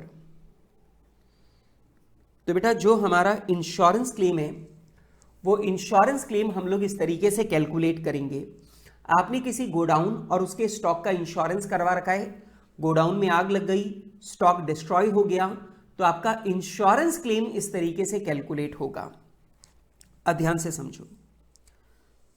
सबसे पहला स्टेप वन है कि हम लोग ये कैलकुलेट करेंगे। स्टेप 1 में हम लोग ये कैलकुलेट करेंगे कि जिस दिन गोडाउन में आग लगी उस दिन गोडाउन के अंदर कितना माल रखा हुआ था, हम वो कैलकुलेट करेंगे, ठीक है। तो लिखो step 1, calculate value of stock in godown at the time of fire. मतलब जिस दिन गोडाउन के अंदर आग लगी उस दिन गोडाउन के अंदर कितने रुपए का माल रखा हुआ था वो कैलकुलेट करो। अब ध्यान से समझना, इस केस में 2 सिचुएशन होंगी। रियल लाइफ में 2 सिचुएशन होंगी, लेकिन ध्यान रखना तुम्हारे एग्जाम में सिर्फ एक ही सिचुएशन होगी, सिचुएशन नंबर 2। रियल लाइफ में 2 सिचुएशन होती है, सिचुएशन 1 भी पॉसिबल है, सिचुएशन 2 भी पॉसिबल है रियल लाइफ में। लेकिन ध्यान रखना तुम्हारे सवालों में सिचुएशन 1 नहीं होती, तुम्हारे पास जितने भी सवाल आएंगे वो सिचुएशन 2 के ही आएंगे। अब सिचुएशन 1 क्या है? सिचुएशन 1 होती है कि मान लो तुम्हारे पास स्टॉक रजिस्टर है, मतलब गोडाउन में कितना माल रखा है उसके लिए तुमने स्टॉक रजिस्टर बना रखा है, और आग लगने के बावजूद तुम्हारा स्टॉक रजिस्टर किसी तरीके से बच गया। मतलब मान लो तुमने स्टॉक रजिस्टर अलमारी में रख रखा था, पूरे गोडाउन में आग लग गई, सारा माल जल गया, लेकिन क्योंकि स्टॉक रजिस्टर अलमारी में रखा हुआ था वो बच गया। तो अब करना क्या है, अलमारी में से स्टॉक रजिस्टर निकालो और स्टॉक रजिस्टर खोलोगे तो आपको तुरंत पता लग जाएगा कि गोडाउन के अंदर कितने रुपए का माल रखा था जब आग लगी। तो ये तो पहली सिचुएशन है, इससे आसान सिचुएशन हो ही नहीं सकती। जरा सोच के देखो, पूरे गोडाउन के अंदर आग लग गई लेकिन आपका स्टॉक रजिस्टर बच गया। अब आपको यह पता लगाना है कि यार जिस दिन गोडाउन में आग लगी उस दिन गोडाउन के अंदर कितने रुपए का माल रखा था। करना क्या है, स्टॉक रजिस्टर खोलो। स्टॉक रजिस्टर में आपको सीधे पता चल जाएगा कि जिस दिन गोडाउन में आग लगी उस दिन गोडाउन के अंदर इतने यूनिट माल रखा हुआ था, इतने रुपए का माल रखा हुआ था, वो आपको तुरंत पता लग जाएगा। काम खत्म, स्टेप नंबर 1 कंप्लीट, काम ही फिनिश हो गया। लेकिन याद रखना दूसरी सिचुएशन जो है वो आपके लिए इंपॉर्टेंट है, क्योंकि आपको सवाल में दूसरी सिचुएशन मिलेगी। और दूसरी सिचुएशन क्या कि अगर मान लो गोडाउन के अंदर आग लगी, गोडाउन में सारा माल भी जल गया और हमारा स्टॉक रजिस्टर भी जल गया। अब आपके पास स्टॉक रजिस्टर नहीं है, और आपके पास स्टॉक रजिस्टर नहीं है, अब आपको यह नहीं पता कि जिस दिन गोडाउन के अंदर आग लगी थी उस दिन गोडाउन में कितना स्टॉक था, यह आपको नहीं पता। अब यह कैसे पता लगाना है, वो सिचुएशन नंबर 2 है।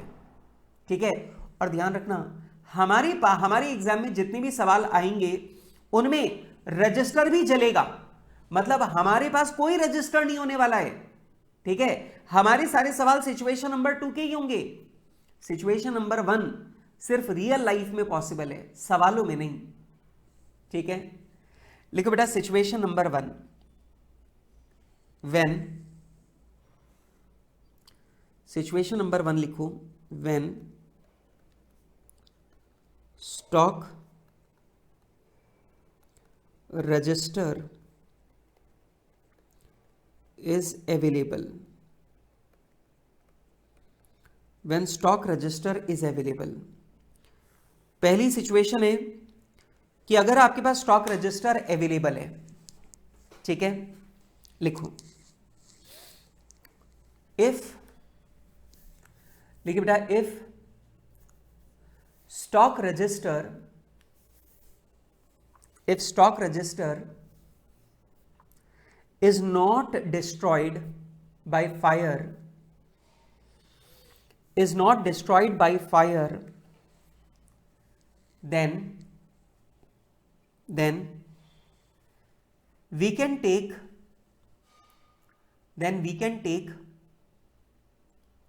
quantity and value of goods, we can take quantity and value of goods, quantity and value of goods in the godown directly from stock register, directly from stock register, directly from stock register।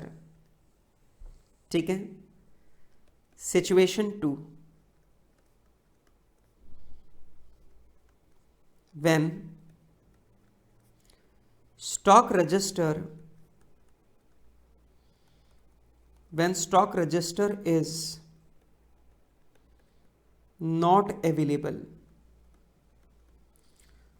when stock register is not available। अब दूसरी situation आती है बेटा कि अगर stock register available नहीं है तो, मतलब या तो आपने स्टॉक रजिस्टर बना ही नहीं रखा, या फिर आपने स्टॉक रजिस्टर बनाया था पर जब गोडाउन में आग लगी तो माल के साथ में स्टॉक रजिस्टर भी जल गया। ये कंडीशन हो सकती है कि आपके पास स्टॉक रजिस्टर इस वजह से अवेलेबल नहीं है। अब इस कंडीशन में ये कैसे पता लगाया जाए कि हमारे गोडाउन के अंदर जिस दिन आग लगी उस दिन गोडाउन में कितने रुपए का माल रखा हुआ था, ये कैसे पता लगाया जाए। और इसका आसान सा जवाब है मेमोरेंडम ट्रेडिंग अकाउंट बनाकर, मेमोरेंडम ट्रेडिंग अकाउंट बनाकर। सर ये कैसे बेटा, ये मेमोरेंडम ट्रेडिंग अकाउंट में बनाऊंगा 1 अप्रैल, मतलब जो आपका फाइनेंशियल ईयर का पहला दिन है वहां से लेकर आग लगने तक, मतलब मैं ये मेमोरेंडम ट्रेडिंग अकाउंट बनाऊंगा और मेमोरेंडम ट्रेडिंग अकाउंट में बनाऊंगा 1 अप्रैल से लेकर, मतलब साल के पहले दिन से लेकर जिस दिन आग लगी उस दिन तक का मेमोरेंडम ट्रेडिंग अकाउंट में बनाऊंगा। और मैं क्या करूंगा, मैं यहां पे लिख दूंगा जो भी मेरा ओपनिंग स्टॉक है। अब ऑब्वियस सी बात है बेटा, ये ओपनिंग स्टॉक 1 अप्रैल का है। अब आपको मालूम है पिछले साल जो 31 मार्च को क्लोजिंग स्टॉक था वो इस साल का ओपनिंग स्टॉक है, तो जो पिछले साल की बैलेंस शीट है उससे मुझे ओपनिंग स्टॉक मिल जाएगा। मैंने इस पीरियड में जितनी भी परचेजेस की वो मैं लिख दूंगा, मैंने इस पीरियड में जितनी भी सेल करी वो भी मैं लिख दूंगा, और बेटा इस सेल के ऊपर मैंने जितना भी ग्रॉस प्रॉफिट कमाया मैं वो भी लिख दूंगा। अब जरा सोचो, मैंने एक मेमोरेंडम ट्रेडिंग अकाउंट बनाया, इसमें मैंने ओपनिंग स्टॉक लिख दिया, परचेज लिख दी, सेल लिख दी, कब तक की? 1 अप्रैल से लेकर जिस दिन आग लगी है उस दिन तक की। मैंने सेल के ऊपर अपना ग्रॉस प्रॉफिट भी कैलकुलेट करके लिख दिया। अब इस पूरे मेमोरेंडम ट्रेडिंग अकाउंट में सिर्फ एक चीज गायब है और वो है क्लोजिंग स्टॉक। इसमें सिर्फ एक चीज गायब है, और सिर्फ कौन सी चीज गायब है? Closing stock. अब मेरी बात को ध्यान से सुनो, ये क्लोजिंग स्टॉक हम बैलेंसिंग फिगर से निकाल लेंगे। ये क्लोजिंग स्टॉक हम लोग बैलेंसिंग फिगर से निकाल लेंगे। अब जरा सोचो, अगर ये मेमोरेंडम ट्रेडिंग अकाउंट 1 अप्रैल से लेकर आग लगने वाले दिन तक का है, तो ये क्लोजिंग स्टॉक जो मैं निकाल रहा हूं ये कौन से दिन का आया? जिस दिन आग लगी है। बेटा अपन लोग जब ट्रेडिंग अकाउंट बनाते हैं तो ट्रेडिंग अकाउंट अपन लोग बनाते हैं 1 अप्रैल से 31 मार्च का। 1 अप्रैल वाला स्टॉक ओपनिंग स्टॉक है और 31 मार्च वाला स्टॉक क्लोजिंग स्टॉक है, सही है। लेकिन अगर ये ट्रेडिंग अकाउंट 1 अप्रैल से लेकर आग लगने वाले दिन तक का बनाऊंगा तो बैलेंसिंग फिगर से जो क्लोजिंग स्टॉक निकलेगा वो कौन से दिन का निकलेगा? जिस दिन आग लगी उस दिन का निकलेगा। और ऐसे मुझे पता चल जाएगा कि जिस दिन गोडाउन में आग लगी उस दिन हमारे गोडाउन के अंदर कितना स्टॉक रखा हुआ था वो मुझे पता चल जाएगा। बात खत्म। बेटा पॉइंट समझ में आ रहा है? मतलब अगर स्टॉक रजिस्टर अवेलेबल नहीं है, क्यों अवेलेबल नहीं है? क्योंकि या तो आपने स्टॉक रजिस्टर बनाया ही नहीं है, या फिर आपने स्टॉक रजिस्टर बनाया पर जब गोदाम के अंदर आग लगी तो आग में वो रजिस्टर भी जल गया। दो सिचुएशन ऐसी हो गई जिसमें आपके पास स्टॉक रजिस्टर नहीं है। अब ये कैसे पता लगाएं कि जिस दिन गोडाउन में आग लगी उस दिन गोडाउन के अंदर कितना माल था? ये कैसे पता लगाएं? तो मेमोरेंडम ट्रेडिंग अकाउंट बनाओ पहले दिन से लेकर आग लगने वाले दिन तक का। ओपनिंग स्टॉक पिछले साल के बैलेंस शीट से मिल ही जाएगा, लिख दो। परचेजेस आपके अकाउंट्स डिपार्टमेंट आपको बता ही देगा परचेज कितनी हुई है। आपको अकाउंटिंग डिपार्टमेंट बता देगा कि इस पीरियड के दौरान सेल कितनी हुई है। तो परचेज और सेल आपको अकाउंट्स डिपार्टमेंट से मिल जाएगी। आपको, हर व्यापारी को पता रहता है कि मैं अपनी सेल पर कितना ग्रॉस प्रॉफिट कमाता हूं, हर व्यक्ति को पता है। तो हर व्यापारी को अपनी जीपी रेट पता होती है, तो सेल पर हम ग्रॉस प्रॉफिट कैलकुलेट कर देंगे क्योंकि हर व्यापारी को अपनी जीपी रेट पता होती है।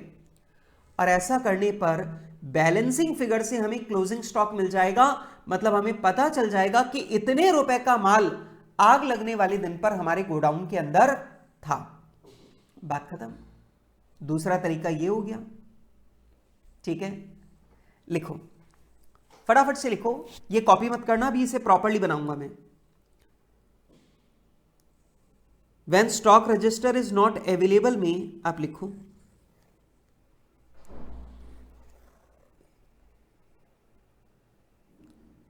लिखें when the organization has not maintained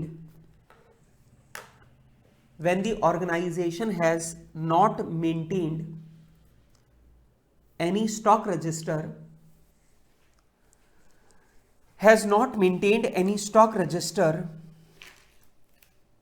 or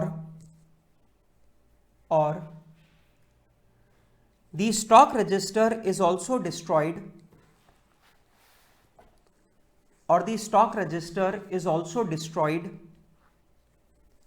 in fire. Stock register is also destroyed in fire. Then in that condition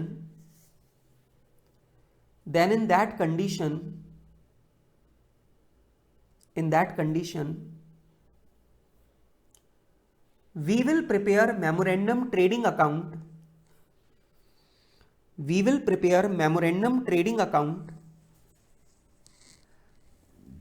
to calculate value of goods to calculate value of goods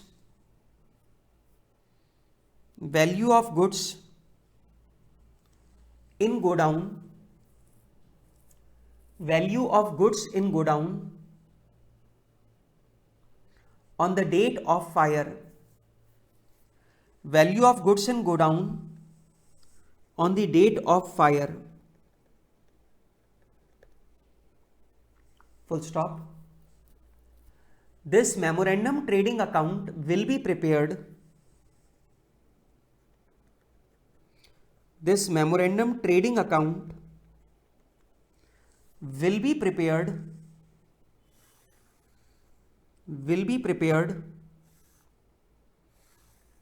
as under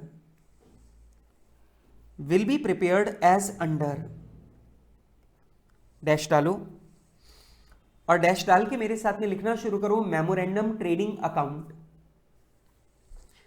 memorandum trading account लिखो from first day of financial year to date of fire. बेटा ये जो memorandum trading account अपन लोग बनाते हैं ये financial year के पहले दिन, अब आपका फाइनेंशियल ईयर हो सकता है 1 जनवरी से स्टार्ट हो रहा हो या 1 अप्रैल से स्टार्ट हो रहा हो, वॉट एवर इट इज।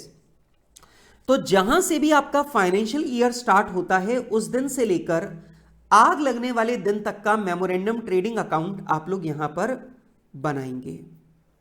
ठीक है, अब ध्यान से मेरी बात को सुनना, जल्दबाजी नहीं करनी, आराम से एक एक बात को समझना है। ठीक है, बहुत सारी कॉम्प्लिकेशंस आएंगी और उन सारी की सारी कॉम्प्लिकेशंस को मेरे साथ में ध्यान से सुनना। सबसे पहला दोस्तों यहां पर हम लोग लिखेंगे टू ओपनिंग स्टॉक, मतलब जो भी हमारा ओपनिंग स्टॉक है वो हम लोग यहां पे लिखेंगे।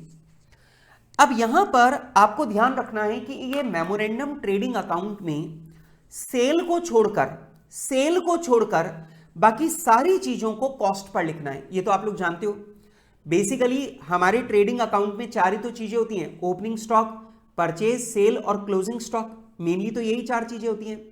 आपको पता है ओपनिंग स्टॉक, परचेज और क्लोजिंग स्टॉक ये तीनों चीजें हमेशा कॉस्ट पर आती हैं और सेल आती है किस पर, सेलिंग प्राइस पर।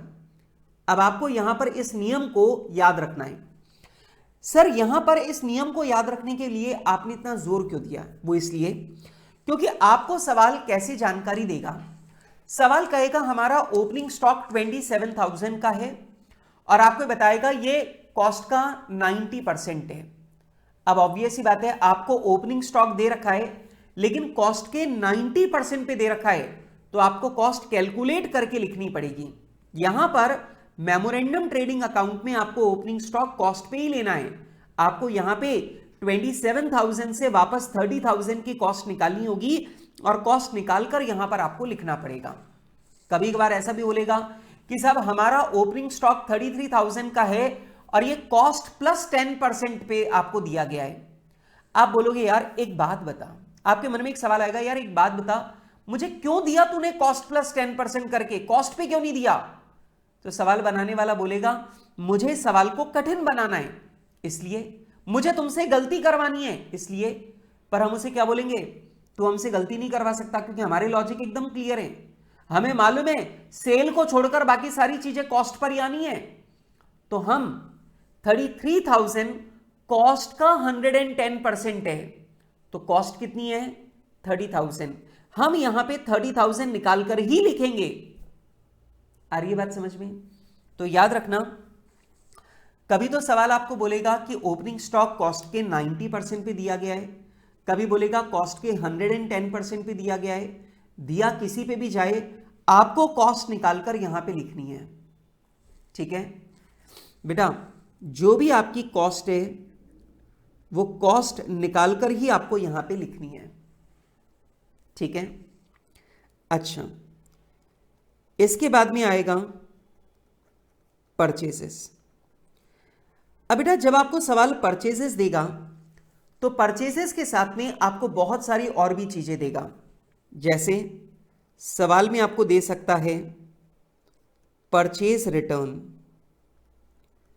तो अगर आपको परचेज रिटर्न दे रखा है तो परचेज रिटर्न आप यहां पे माइनस कर देना, ठीक है।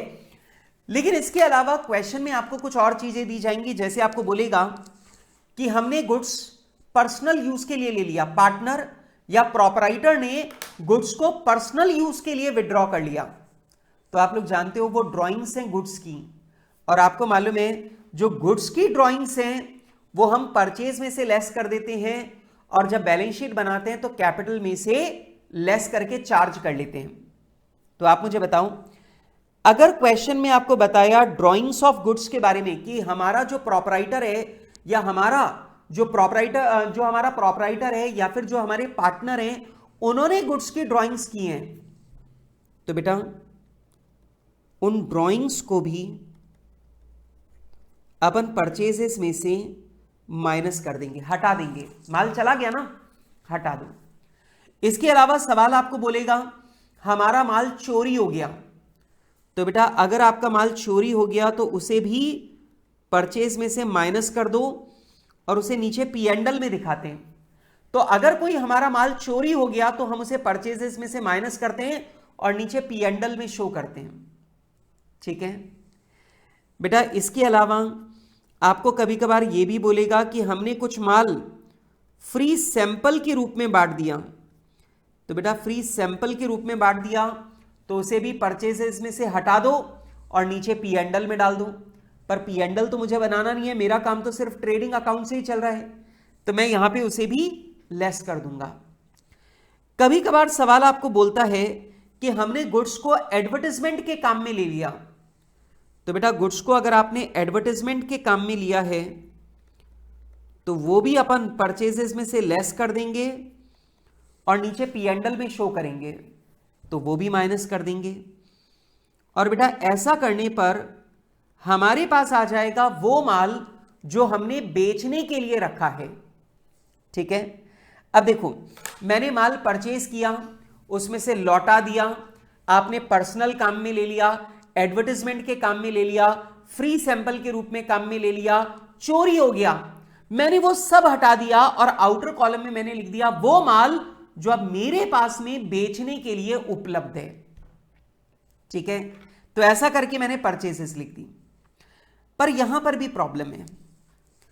आप लोग जानते हो परचेजेस किस पर आती है, मुझे बताने की जरूरत ही नहीं है कि परचेजेस किस पर आती है, कॉस्ट पर। परचेजेस हमेशा ट्रेडिंग अकाउंट में किस पर आती है, कॉस्ट पर।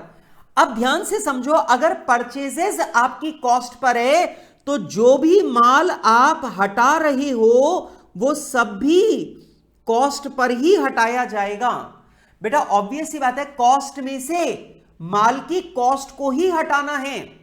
जो हम लोग परचेजेस लिख रहे हैं वो हमारी कॉस्ट पर है, और परचेजेस अगर कॉस्ट पर है तो परचेज रिटर्न हो, ड्राइंग्स हो, चोरी हो, फ्री सैंपल हो, एडवर्टाइजमेंट हो, मतलब जो भी माल आपको यहां से हटाना है वो आपको कॉस्ट पे ही हटाना पड़ेगा, क्योंकि जो परचेजेस आपने लिखी है वो कॉस्ट पे ही लिखी है।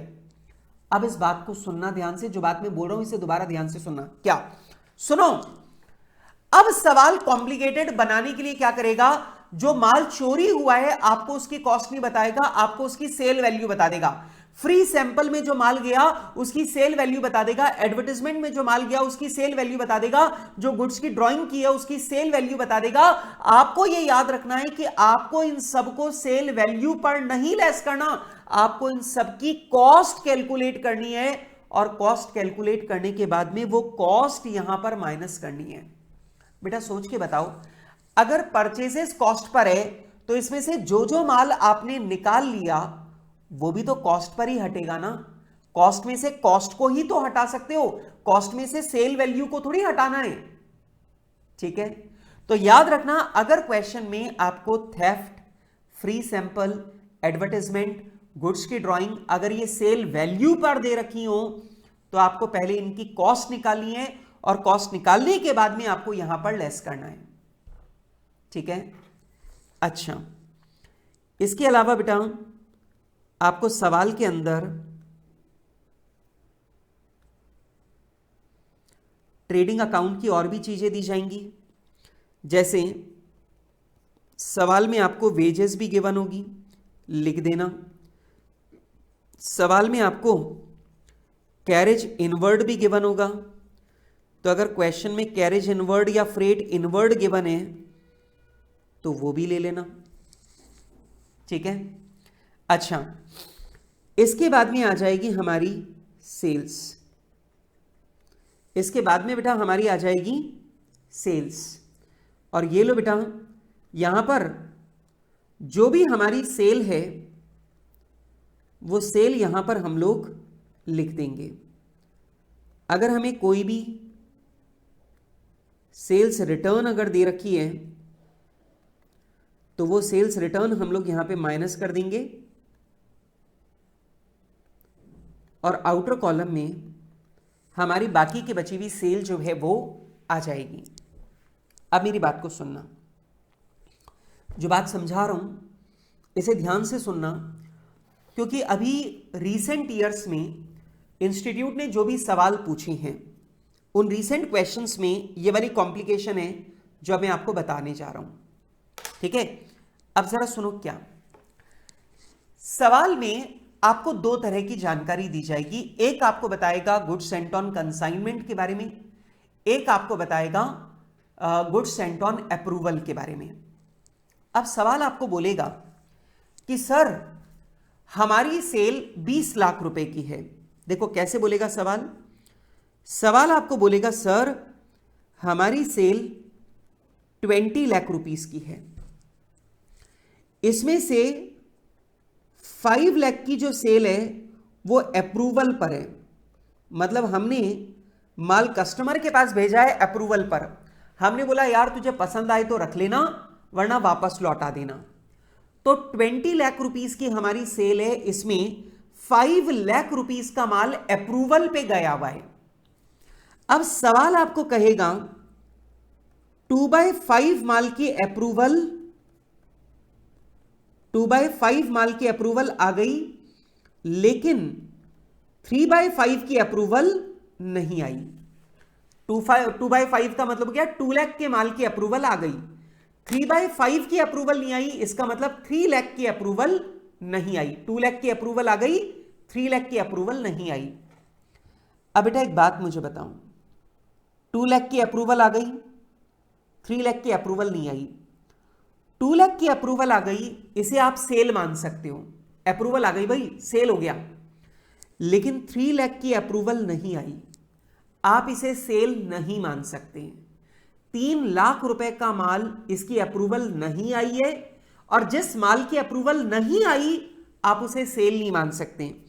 तो याद रखना, जब आप मेमोरेंडम ट्रेडिंग अकाउंट बनाओगे तो मेमोरेंडम ट्रेडिंग अकाउंट में आपकी सेल 17 लाख आएगी, ना कि 20 लाख। आपकी जो सेल है वो 17 लाख आएगी, 20 लाख नहीं आएगी, क्योंकि 3 लाख रुपए वाला माल आपने अप्रूवल पर भेजा है और अभी तक अप्रूवल नहीं आई है। इसका मतलब ये सेल नहीं है, और सेल नहीं है तो आप इसे सेल में से हटा देना।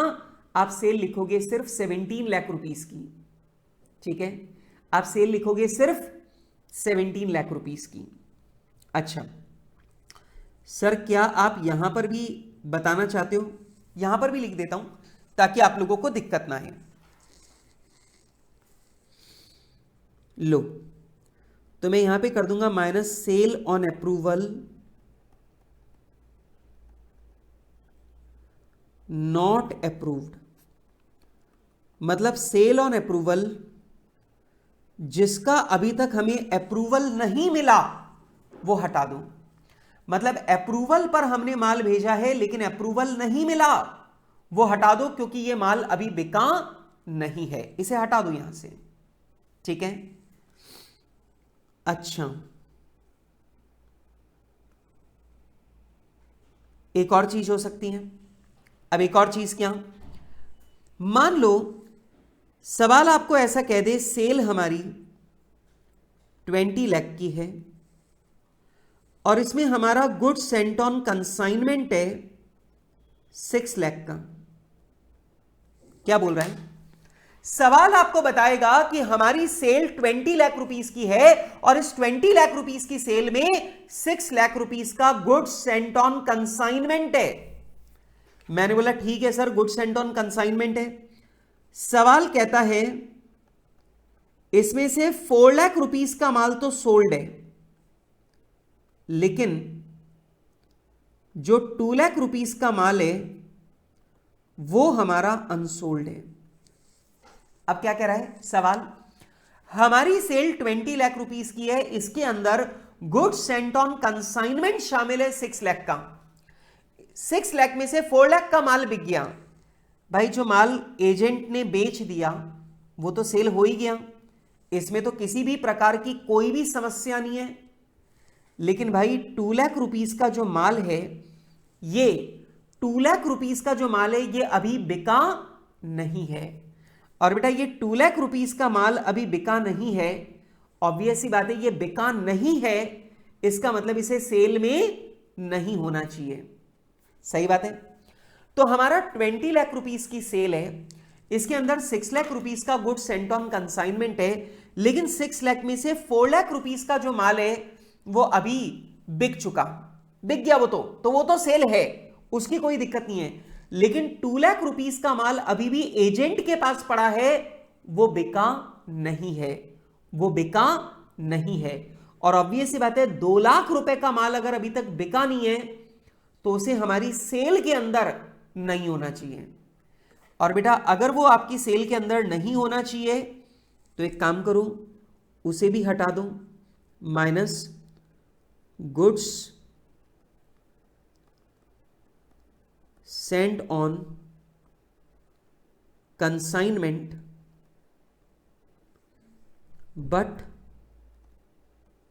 अनसोल्ड। मतलब ये हमारा गुड्स सेंट ऑन कंसाइनमेंट है, लेकिन ये अभी तक बिका नहीं है, ये अभी तक बिका नहीं है। और अभी तक बिका नहीं है तो ये हमारी सेल में नहीं आना चाहिए। और अगर ये हमारी सेल में नहीं आना चाहिए तो आप इसे भी माइनस कर दो, तो आपके पास बची हुई सेल आ जाएगी कि वाकई आपने कौन सा माल बेचा है। लेकिन अब जो बात समझाने जा रहा हूं वो ध्यान से सुनना प्लीज। परचेजेस कॉस्ट पर थी, तो आपने परचेजेस में से जो कुछ भी हटाया वो कॉस्ट पर हटाया है। लेकिन याद रखना सेल्स जो है वो सेल वैल्यू पर है। ये जो सेल है ये सेल वैल्यू पर है, तो ध्यान रखना सेल वैल्यू में से आप जो कुछ भी माइनस कर रहे हो, जो कुछ भी हटा रहे हो, वो सब आपको सेल वैल्यू पर हटाना है। बेटा रटने वाली बात नहीं है, दिमाग लगाओ ना। अगर परचेजेस कॉस्ट पर लिखी है तो परचेज में से जो भी हटेगा वो कॉस्ट पर ही हटेगा। सेल्स आपने लिखी है सेल वैल्यू पर, सेलिंग प्राइस पर, तो सेल्स अगर आपने सेल वैल्यू पर लिखी है तो इसमें से जो भी हटाओगे वो सेल वैल्यू पर हटाना है। जो भी हटाओगे वो सारा सेल वैल्यू पर हटाना है। आ रही बात समझ में? परचेजेस कॉस्ट पर है, सारी चीजें cost per हटेंगी। Sales cell value पर है तो उसमें से सारी चीजें सेल वैल्यू पर हटेंगी। ठीक है। लेकिन अब आता है और इंपॉर्टेंट पार्ट। जरा सोचो, आपने अप्रूवल पर माल भेजा पर अप्रूवल नहीं आई, मतलब ये माल बिका नहीं है। बिका नहीं है इसका मतलब ये माल आपका क्लोजिंग स्टॉक है। सेल नहीं हुआ, आपने सेल नहीं माना, तो ये माल क्या है? Closing stock. और आपको पता है क्लोजिंग स्टॉक भी ट्रेडिंग अकाउंट में ही आता है और वो भी हमेशा कॉस्ट पर। तो याद रखो, अब आपको यहां पे लिखना है बाय गुड्स ऑन अप्रूवल। अब ध्यान से समझो, यहां पर जो आप गुड्स ऑन अप्रूवल लिख रहे हो वो आप क्यों लिख रहे हो? क्योंकि ये बिका नहीं है, और ये बिका नहीं है तो ये मेरा क्लोजिंग स्टॉक है। और ऑब्वियस सी बात है क्लोजिंग स्टॉक भी ट्रेडिंग अकाउंट में आता है, तो मैंने अपना क्लोजिंग स्टॉक लिख दिया ट्रेडिंग अकाउंट में। पर फर्क समझो, क्लोजिंग स्टॉक हमेशा कॉस्ट पर आता है और ऑब्वियस ही बात है क्लोजिंग स्टॉक हमेशा कॉस्ट पर आता है, तो ये कॉस्ट पर ही लिखा जाएगा। आपने कंसाइनी को माल भेजा, आपने कंसाइनमेंट पर माल भेजा, और आपने कंसाइनमेंट पर माल भेजा है, आपने कंसाइनमेंट पर माल भेजा है, लेकिन वो बिका नहीं है। इसका मतलब वो माल आपके एजेंट के पास पड़ा है, और वो माल आपके एजेंट के पास पड़ा है। बेटा वो क्या है? वो भी आपका ही स्टॉक है, और बेटा वो भी आपका स्टॉक है, तो बेटा वो भी आपके क्लोजिंग स्टॉक में लिखा जाएगा। लिख दो भाई, वो भी आपका क्लोजिंग स्टॉक है। By closing goods with consignor, sorry with consignee, by closing goods with consignee.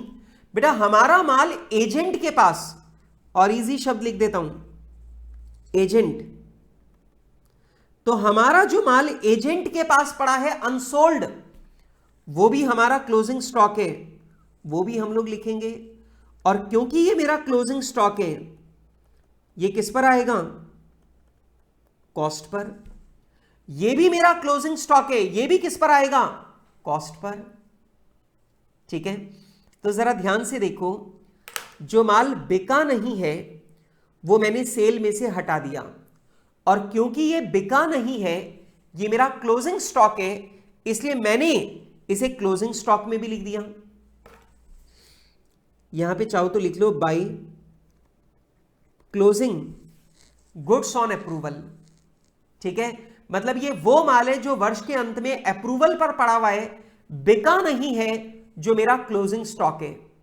तो मेरा स्टॉक कस्टमर के पास अप्रूवल पर पड़ा है, वो भी मेरा क्लोजिंग स्टॉक है, और जो मेरे एजेंट के पास पड़ा है वो भी मेरा क्लोजिंग स्टॉक है। मैंने दोनों लिख दिया, और क्लोजिंग स्टॉक हमेशा कॉस्ट पर आता है, इसलिए देख लो दोनों हमेशा किस पर आएंगे? Cost per. ठीक है, अब ध्यान से समझना बेटा, अब यहां पर हम निकाल देंगे अपना ग्रॉस प्रॉफिट। अब ग्रॉस प्रॉफिट कैसे निकालेंगे? जो भी हमारी सेल्स हैं उसे हम लोग मल्टीप्लाई करेंगे जीपी रेट से। जो भी हमारी सेल है उसे हम मल्टीप्लाई कर देंगे जीपी रेट से, और ऐसा करने पर हमारे पास आ जाएगा ग्रॉस प्रॉफिट, हमारे पास आ जाएगा ग्रॉस प्रॉफिट। अब देखो, ट्रेडिंग अकाउंट में मैंने ओपनिंग स्टॉक लिख दिया, परचेजेस लिख दी, वेजेस लिख दिया, कैरेज इनवर्ड लिख दिया, सेल लिख दिया, ग्रॉस प्रॉफिट लिख दिया। अब सारी चीजें आ चुकी हैं, बस क्लोजिंग स्टॉक इन गोडाउन मैंने अभी तक नहीं लिखा, तो कोई बात नहीं, वो बैलेंसिंग फिगर से निकाल लेंगे। By closing stock in godown, और ये लीजिए बेटा, ये बैलेंसिंग फिगर से मुझे पता चल जाएगा कि मेरे गोडाउन में रखा हुआ क्लोजिंग स्टॉक कितना है। तो बेटा मैंने एक सिंपल सा ट्रेडिंग अकाउंट बनाया, और मेमोरेंडम ट्रेडिंग अकाउंट पे मैंने सारी चीजें लिख दी, और बैलेंसिंग फिगर से मैंने क्लोजिंग स्टॉक निकाल लिया। तो मुझे पता चल गया कि जिस दिन मेरे गोडाउन के अंदर आग लगी, उस दिन मेरे गोडाउन के अंदर कितने रुपए का माल रखा हुआ था, वो मुझे पता लग गया। काम खत्म। अब मेरे साथ में दोबारा से ये सारे के सारे पॉइंट आपको याद करने, जितनी जितनी कॉम्प्लिकेशन वाली बातें मैंने बताई है ये दोबारा सुनेंगे, और मैं इनके बारे में आप लोगों को यहाँ पे नोट्स में लिखवाऊंगा।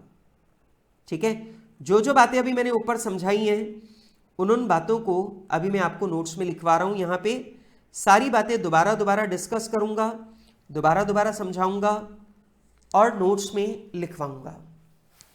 ठीक है, चलो आ जाओ बेटा, यहां पे हेडिंग डाल दो नोट्स। नोट नंबर 1, शुरुआत से शुरू करेंगे। Opening stock. ओपनिंग स्टॉक में आपके सामने समस्याएं होंगी। आपको सवाल कभी बोलेगा ओपनिंग स्टॉक 27,000 का है और ये हमने आपको कॉस्ट के 90% पे दिया है, या कभी सवाल बोलेगा ओपनिंग स्टॉक 33,000 का है और ये कॉस्ट का 110% है। तो आप लोगों को कॉस्ट निकालनी पड़ेगी और कॉस्ट निकालकर आपको वो कॉस्ट ही अपने मेमोरेंडम ट्रेडिंग अकाउंट में लिखनी होगी। ठीक है, लिखो note number 1।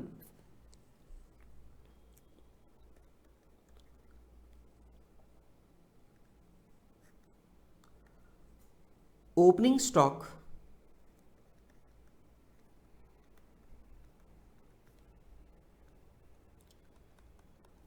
will always be taken, opening stock will always be taken at cost price, will always be taken at cost price, no matter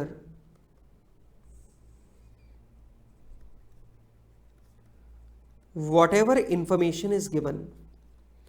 मतलब आपको सवाल कोई भी जानकारी दे दे, आपको ओपनिंग स्टॉक हमेशा कॉस्ट पर लेना है।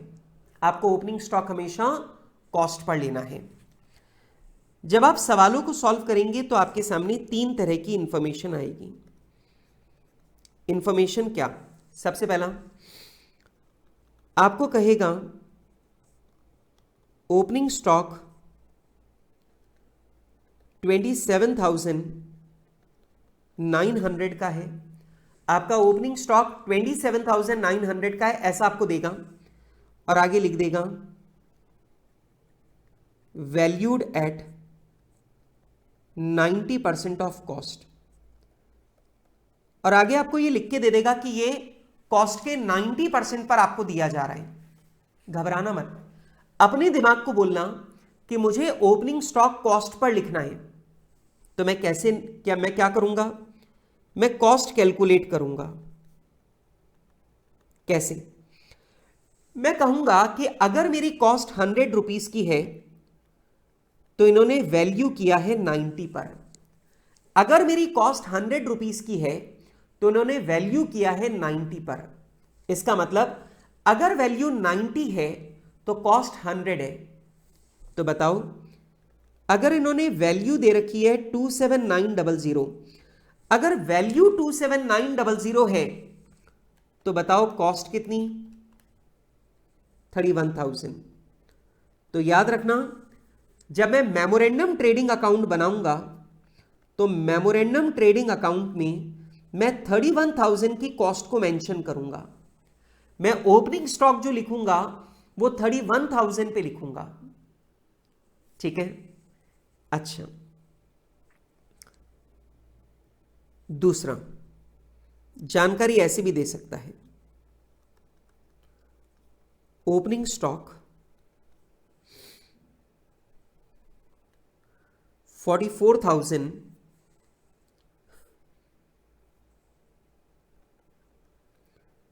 आगे ब्रैकेट में लिख के दे देगा वैल्यूड एट 110% ऑफ कॉस्ट। अब आपको सवाल में ओपनिंग स्टॉक दे दिया 44,000 और आगे ब्रैकेट में लिख दिया कि ये हमारी कॉस्ट का 110% है। तो आपको अपने आप को बोलना है all is well, all is well, all is well.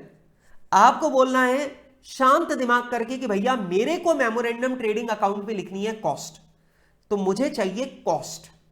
तो आप कैसे निकालोगे? अब आप कॉस्ट कैसे निकालोगे? आप बोलोगे अगर मेरी कॉस्ट 100 है तो उन्होंने 110 पर वैल्यू कर रखा है स्टॉक को। अगर मेरी कॉस्ट 100 है तो उन्होंने स्टॉक को वैल्यू कर रखा है 110 पर। मतलब अगर वैल्यू 110 है तो कॉस्ट है 100। अगर वैल्यू 44,000 है तो कॉस्ट क्या है? 40,000। और ध्यान रखना, मैं मेमोरेंडम ट्रेडिंग अकाउंट में अपना स्टॉक 40,000 पे ही शो करूंगा। जो मेरा ओपनिंग स्टॉक है वो मैं 40,000 पे ही शो करूंगा। ठीक है, जो मेरी कॉस्ट है उसी पर शो करूंगा। ठीक है, simple as that.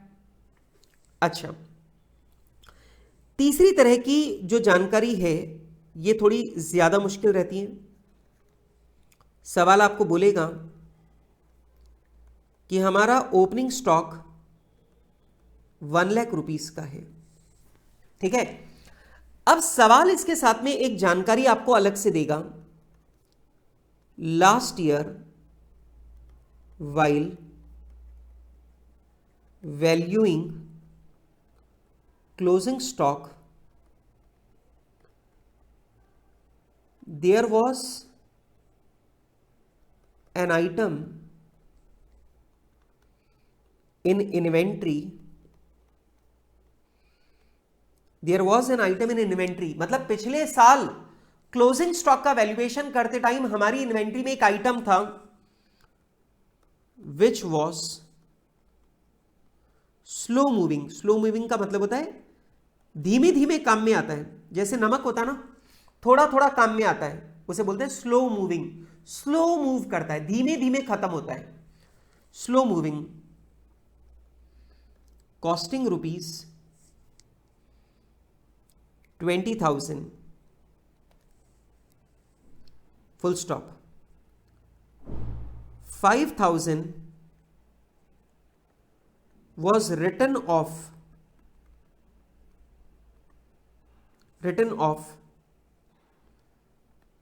from the cost in respect of this item। अब सुनो, सवाल आपको बोल रहा है कि हमारा इस साल का ओपनिंग स्टॉक 1,00,000 रुपए का है। सीधे शब्दों में बोले तो पिछले साल का क्लोजिंग स्टॉक कितना है? 1,00,000। ठीक, अब सवाल ये कह रहा है कि पिछले साल जब हम क्लोजिंग स्टॉक का वैल्यूएशन कर रहे थे तो हमने देखा यार ये वाला आइटम जो है ना ये स्लो मूविंग है, ये वाला जो आइटम है ये स्लो मूविंग है। तो हमने डिसाइड किया ये 20,000 की कॉस्ट का है, इसमें से 5,000 हम राइट ऑफ कर देते हैं क्योंकि ये स्लो मूविंग है। अब एक बात मुझे बताओ, ये बताओ ये जो तुमको 1,00,000 का स्टॉक यहां पे नजर आ रहा है, इसके अंदर ये 20,000 वाला स्टॉक भी शामिल है। ऑब्वियस ही बात है, ये वाला माल भी इस 1,00,000 के अंदर शामिल है। लेकिन सवाल आपको ये बता रहा है कि ये जो हमने स्टॉक वैल्यू किया था पिछले साल, स्टॉक वैल्यू करते टाइम हमने 5,000 कम वैल्यू पकड़ी है इसकी। मतलब हमने 5,000 राइट ऑफ कर दिया है, मतलब हमने 5,000 की वैल्यू इसकी कम पकड़ रखी है, मतलब कॉस्ट से 5,000 नीचे पकड़ रखी है वैल्यू। अब आप मुझे बताओ, क्या इसका मतलब यह नहीं है कि हमारा क्लोजिंग स्टॉक -5,000 1,00,000 है? जरा सोचो, हमारा जो क्लोजिंग स्टॉक है उसमें से हमने 5,000 रुपए राइट ऑफ किए, इसका मतलब हमने कॉस्ट से 5,000 कम वैल्यू पकड़ रखी है। और बेटा अगर हमने कॉस्ट से 5,000 वैल्यू कम पकड़ रखी है तो वापस कॉस्ट पर जाने के लिए आपको क्या करना होगा? 5,000 ऐड करना होगा। आ रही है मेरी बात समझ में? सवाल कह रहा है हमारा ओपनिंग स्टॉक 1,00,000 की वैल्यू है, ओपनिंग स्टॉक की वैल्यू 1,00,000 है, इसका मतलब पिछले साल क्लोजिंग स्टॉक की वैल्यू 1,00,000 थी, क्लोजिंग स्टॉक की वैल्यू 1,00,000 थी। अब दिमाग लगाना, अब सवाल कहता है पिछले साल जब हम स्टॉक वैल्यू कर रहे थे तो हमने 20,000 का एक आइटम था, उसे 5,000 हमने कम पर वैल्यू किया है, मतलब उसकी वैल्यू हमने 15,000 पकड़ रखी है। इसका मतलब ये जो मेरा स्टॉक है 1,00,000, इसमें एक ऐसा आइटम शामिल है जिसकी वैल्यू मैंने कॉस्ट से 5,000 कम पर ले रखी है। इसका मतलब ये जो 1,00,000 है ये कॉस्ट से 5,000 कम है, क्योंकि इसमें एक आइटम है जिसे मैंने कॉस्ट से 5,000 कम में पकड़ रखा है। इसका मतलब ये जो 1,00,000 का स्टॉक है ये कॉस्ट से 5,000 कम है। और बेटा अगर ये कॉस्ट से 5,000 कम है तो वापस कॉस्ट पर आने के लिए आपको 5,000 ऐड करने पड़ेंगे। तो क्या करना पड़ेगा? अब की बार आपको कॉस्ट कैलकुलेट करने के लिए 100/110, 100/90 ये नहीं करना, आपको सिंपल चलना है। मेरे ओपनिंग स्टॉक की वैल्यू 1,00,000 है और ये जो मेरे ओपनिंग स्टॉक की वैल्यू है ये मैंने 5,000 कम ले रखी है कॉस्ट से, मैंने कॉस्ट से 5,000 कम ले रखी है, तो 5,000 वापस ऐड कर दूं। तो ऐसा करने पर आपके पास कॉस्ट आ जाएगी 1,05,000। और बेटा ये जो 1,05,000 की कॉस्ट है यही आपके मेमोरेंडम ट्रेडिंग अकाउंट में आएगी। याद रखना ये 1,05,000 ही आपके मेमोरेंडम ट्रेडिंग अकाउंट में आएगा। ठीक है, तो बेटा याद रखना अगर आप लोगों को ओपनिंग स्टॉक कॉस्ट पर नहीं दे रखा, कॉस्ट के 90% पे दे रखा है, कॉस्ट के 110% पे दे रखा है, या फिर आपको बता रखा है कि हमने स्टॉक का कोई आइटम कम पर, हमने स्टॉक की किसी आइटम की वैल्यू कम पकड़ रखी है, जैसी भी जानकारी दे रखी हो उसके मुताबिक आपको कॉस्ट वापस कैलकुलेट करनी होगी। और याद रखना ये जो मेमोरेंडम ट्रेडिंग अकाउंट आप बना रहे हो इसमें आपको कॉस्ट ही लेनी है, कॉस्ट ही लेनी है। ठीक है, done done done, simple as that. दूसरी प्रॉब्लम, परचेजेस कॉस्ट पर है, तो परचेजेस में से जो भी आइटम आप लेस करोगे वो कॉस्ट पर करोगे। अब सवाल बदमाशी क्या करेगा, ड्राइंग्स की सेल वैल्यू दे देगा, थेफ्ट की सेल वैल्यू दे देगा, जो गुड्स फ्री सैंपल में बांटा उसकी सेल वैल्यू दे देगा, या फिर सवाल आपको एडवर्टाइजमेंट वाले माल की सेल वैल्यू दे देगा। घबराना मत, उनकी कॉस्ट निकालना और कॉस्ट कैलकुलेट करके आपको यहां पर कॉस्ट ही माइनस करनी है। ठीक है, आपको कॉस्ट ही माइनस करनी है। ठीक है, लिखिए note number 2,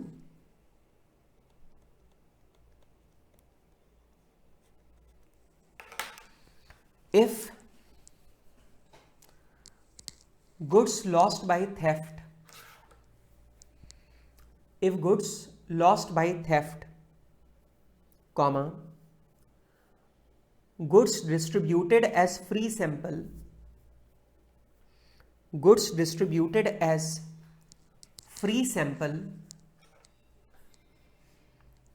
comma, goods used for advertising,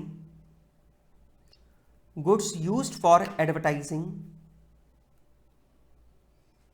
comma, goods withdrawn by proprietor, goods withdrawn by proprietor or partners, goods withdrawn by proprietors or partners are given at sale value, are given at sale value, given at sale value, then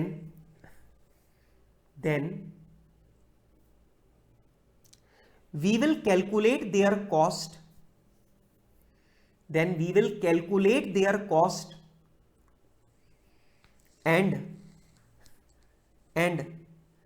this cost will be deducted from purchases,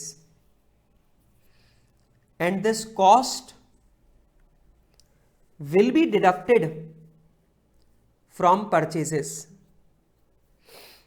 this cost will be deducted from purchases।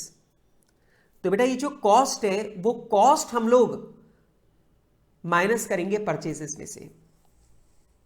ठीक है, note number 3, अब ध्यान से सुनना। कभी कभार सवाल में आपको परचेजेस और वेजेस में आपको कुछ एरर्स बताएगा, जैसे आपको बोलेगा कि हमारी परचेजेस में मशीनरी की परचेजेस इंक्लूडेड है, या फिर आपको बोलेगा हमारी वेजेस में इंस्टॉलेशन ऑफ मशीनरी की वेजेस शामिल है। तो आप याद रखना ये क्या है, एरर्स।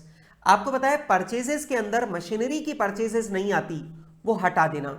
वेजेस के अंदर मशीनों के इंस्टॉलेशन की वेजेस नहीं आती, वो कैपिटलाइज होती है, तो आप उसे भी वेजेस में से लेस कर देना। तो कभी कभार क्वेश्चन में आपको परचेजेस और वेजेस में एरर्स और ओमिशंस बताएगा। आपको बताएगा साहब ये गलती हो रखी है, तो आपको अगर गलती बता रखी है तो आपको उस गलती का करेक्शन करके आपको लेना होगा। ठीक है, अगर आपसे कोई भी मिस्टेक हो रखी है तो आपको उस मिस्टेक को करेक्ट करके लेना पड़ेगा। ठीक है, जैसे परचेज में मशीनरी की परचेसेस है, हटा दो। वेजेस में मशीन के इंस्टॉलेशन की वेजेस है, हटा दो। सवाल आपको बोलेगा हमने माल परचेज कर लिया पर हम एंट्री करना भूल गए, तो वो भी आपको परचेजेस में लेनी पड़ेगी। ठीक है, तो याद रखना, अगर आपको परचेजेस और वेजेस में अगर कोई भी एरर या ओमिशन अगर आपको दे रखी है, तो आपको पहले उसका रेक्टिफिकेशन करना है और रेक्टिफाइड अमाउंट ही आपको लेना है। ठीक है, लिखो note number 3, if question has given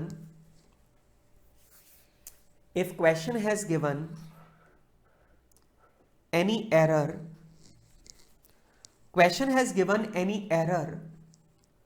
or omission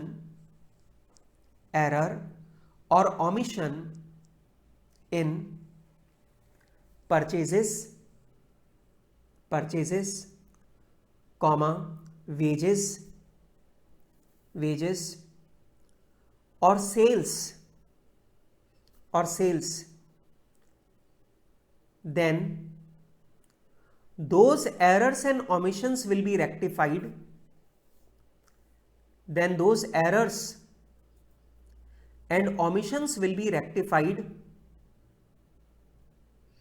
Omissions and errors will be rectified, and such rectified amount will be taken,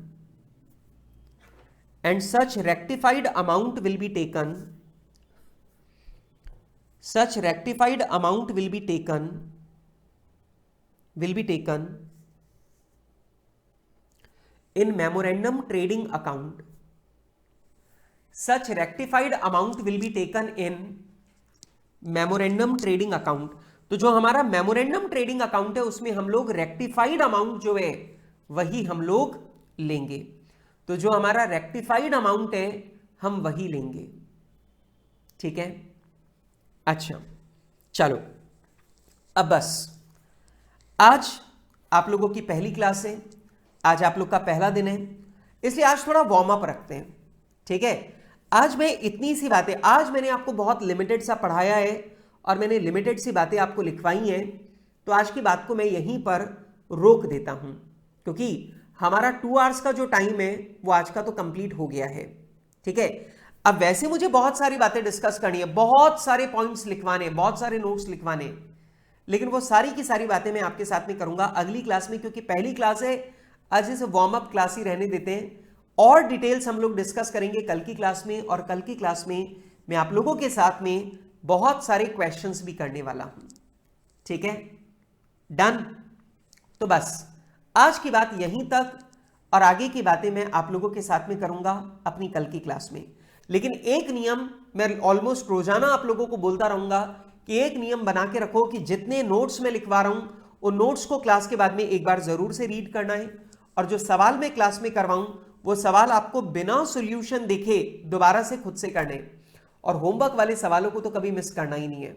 ठीक है, क्योंकि असली परीक्षा तो होमवर्क वाले सवालों से ही होगी। ठीक है, चलो, तो आज के लिए इतनी ही बात, आगे की बात मैं तुम्हारे साथ में करूंगा कल की क्लास में।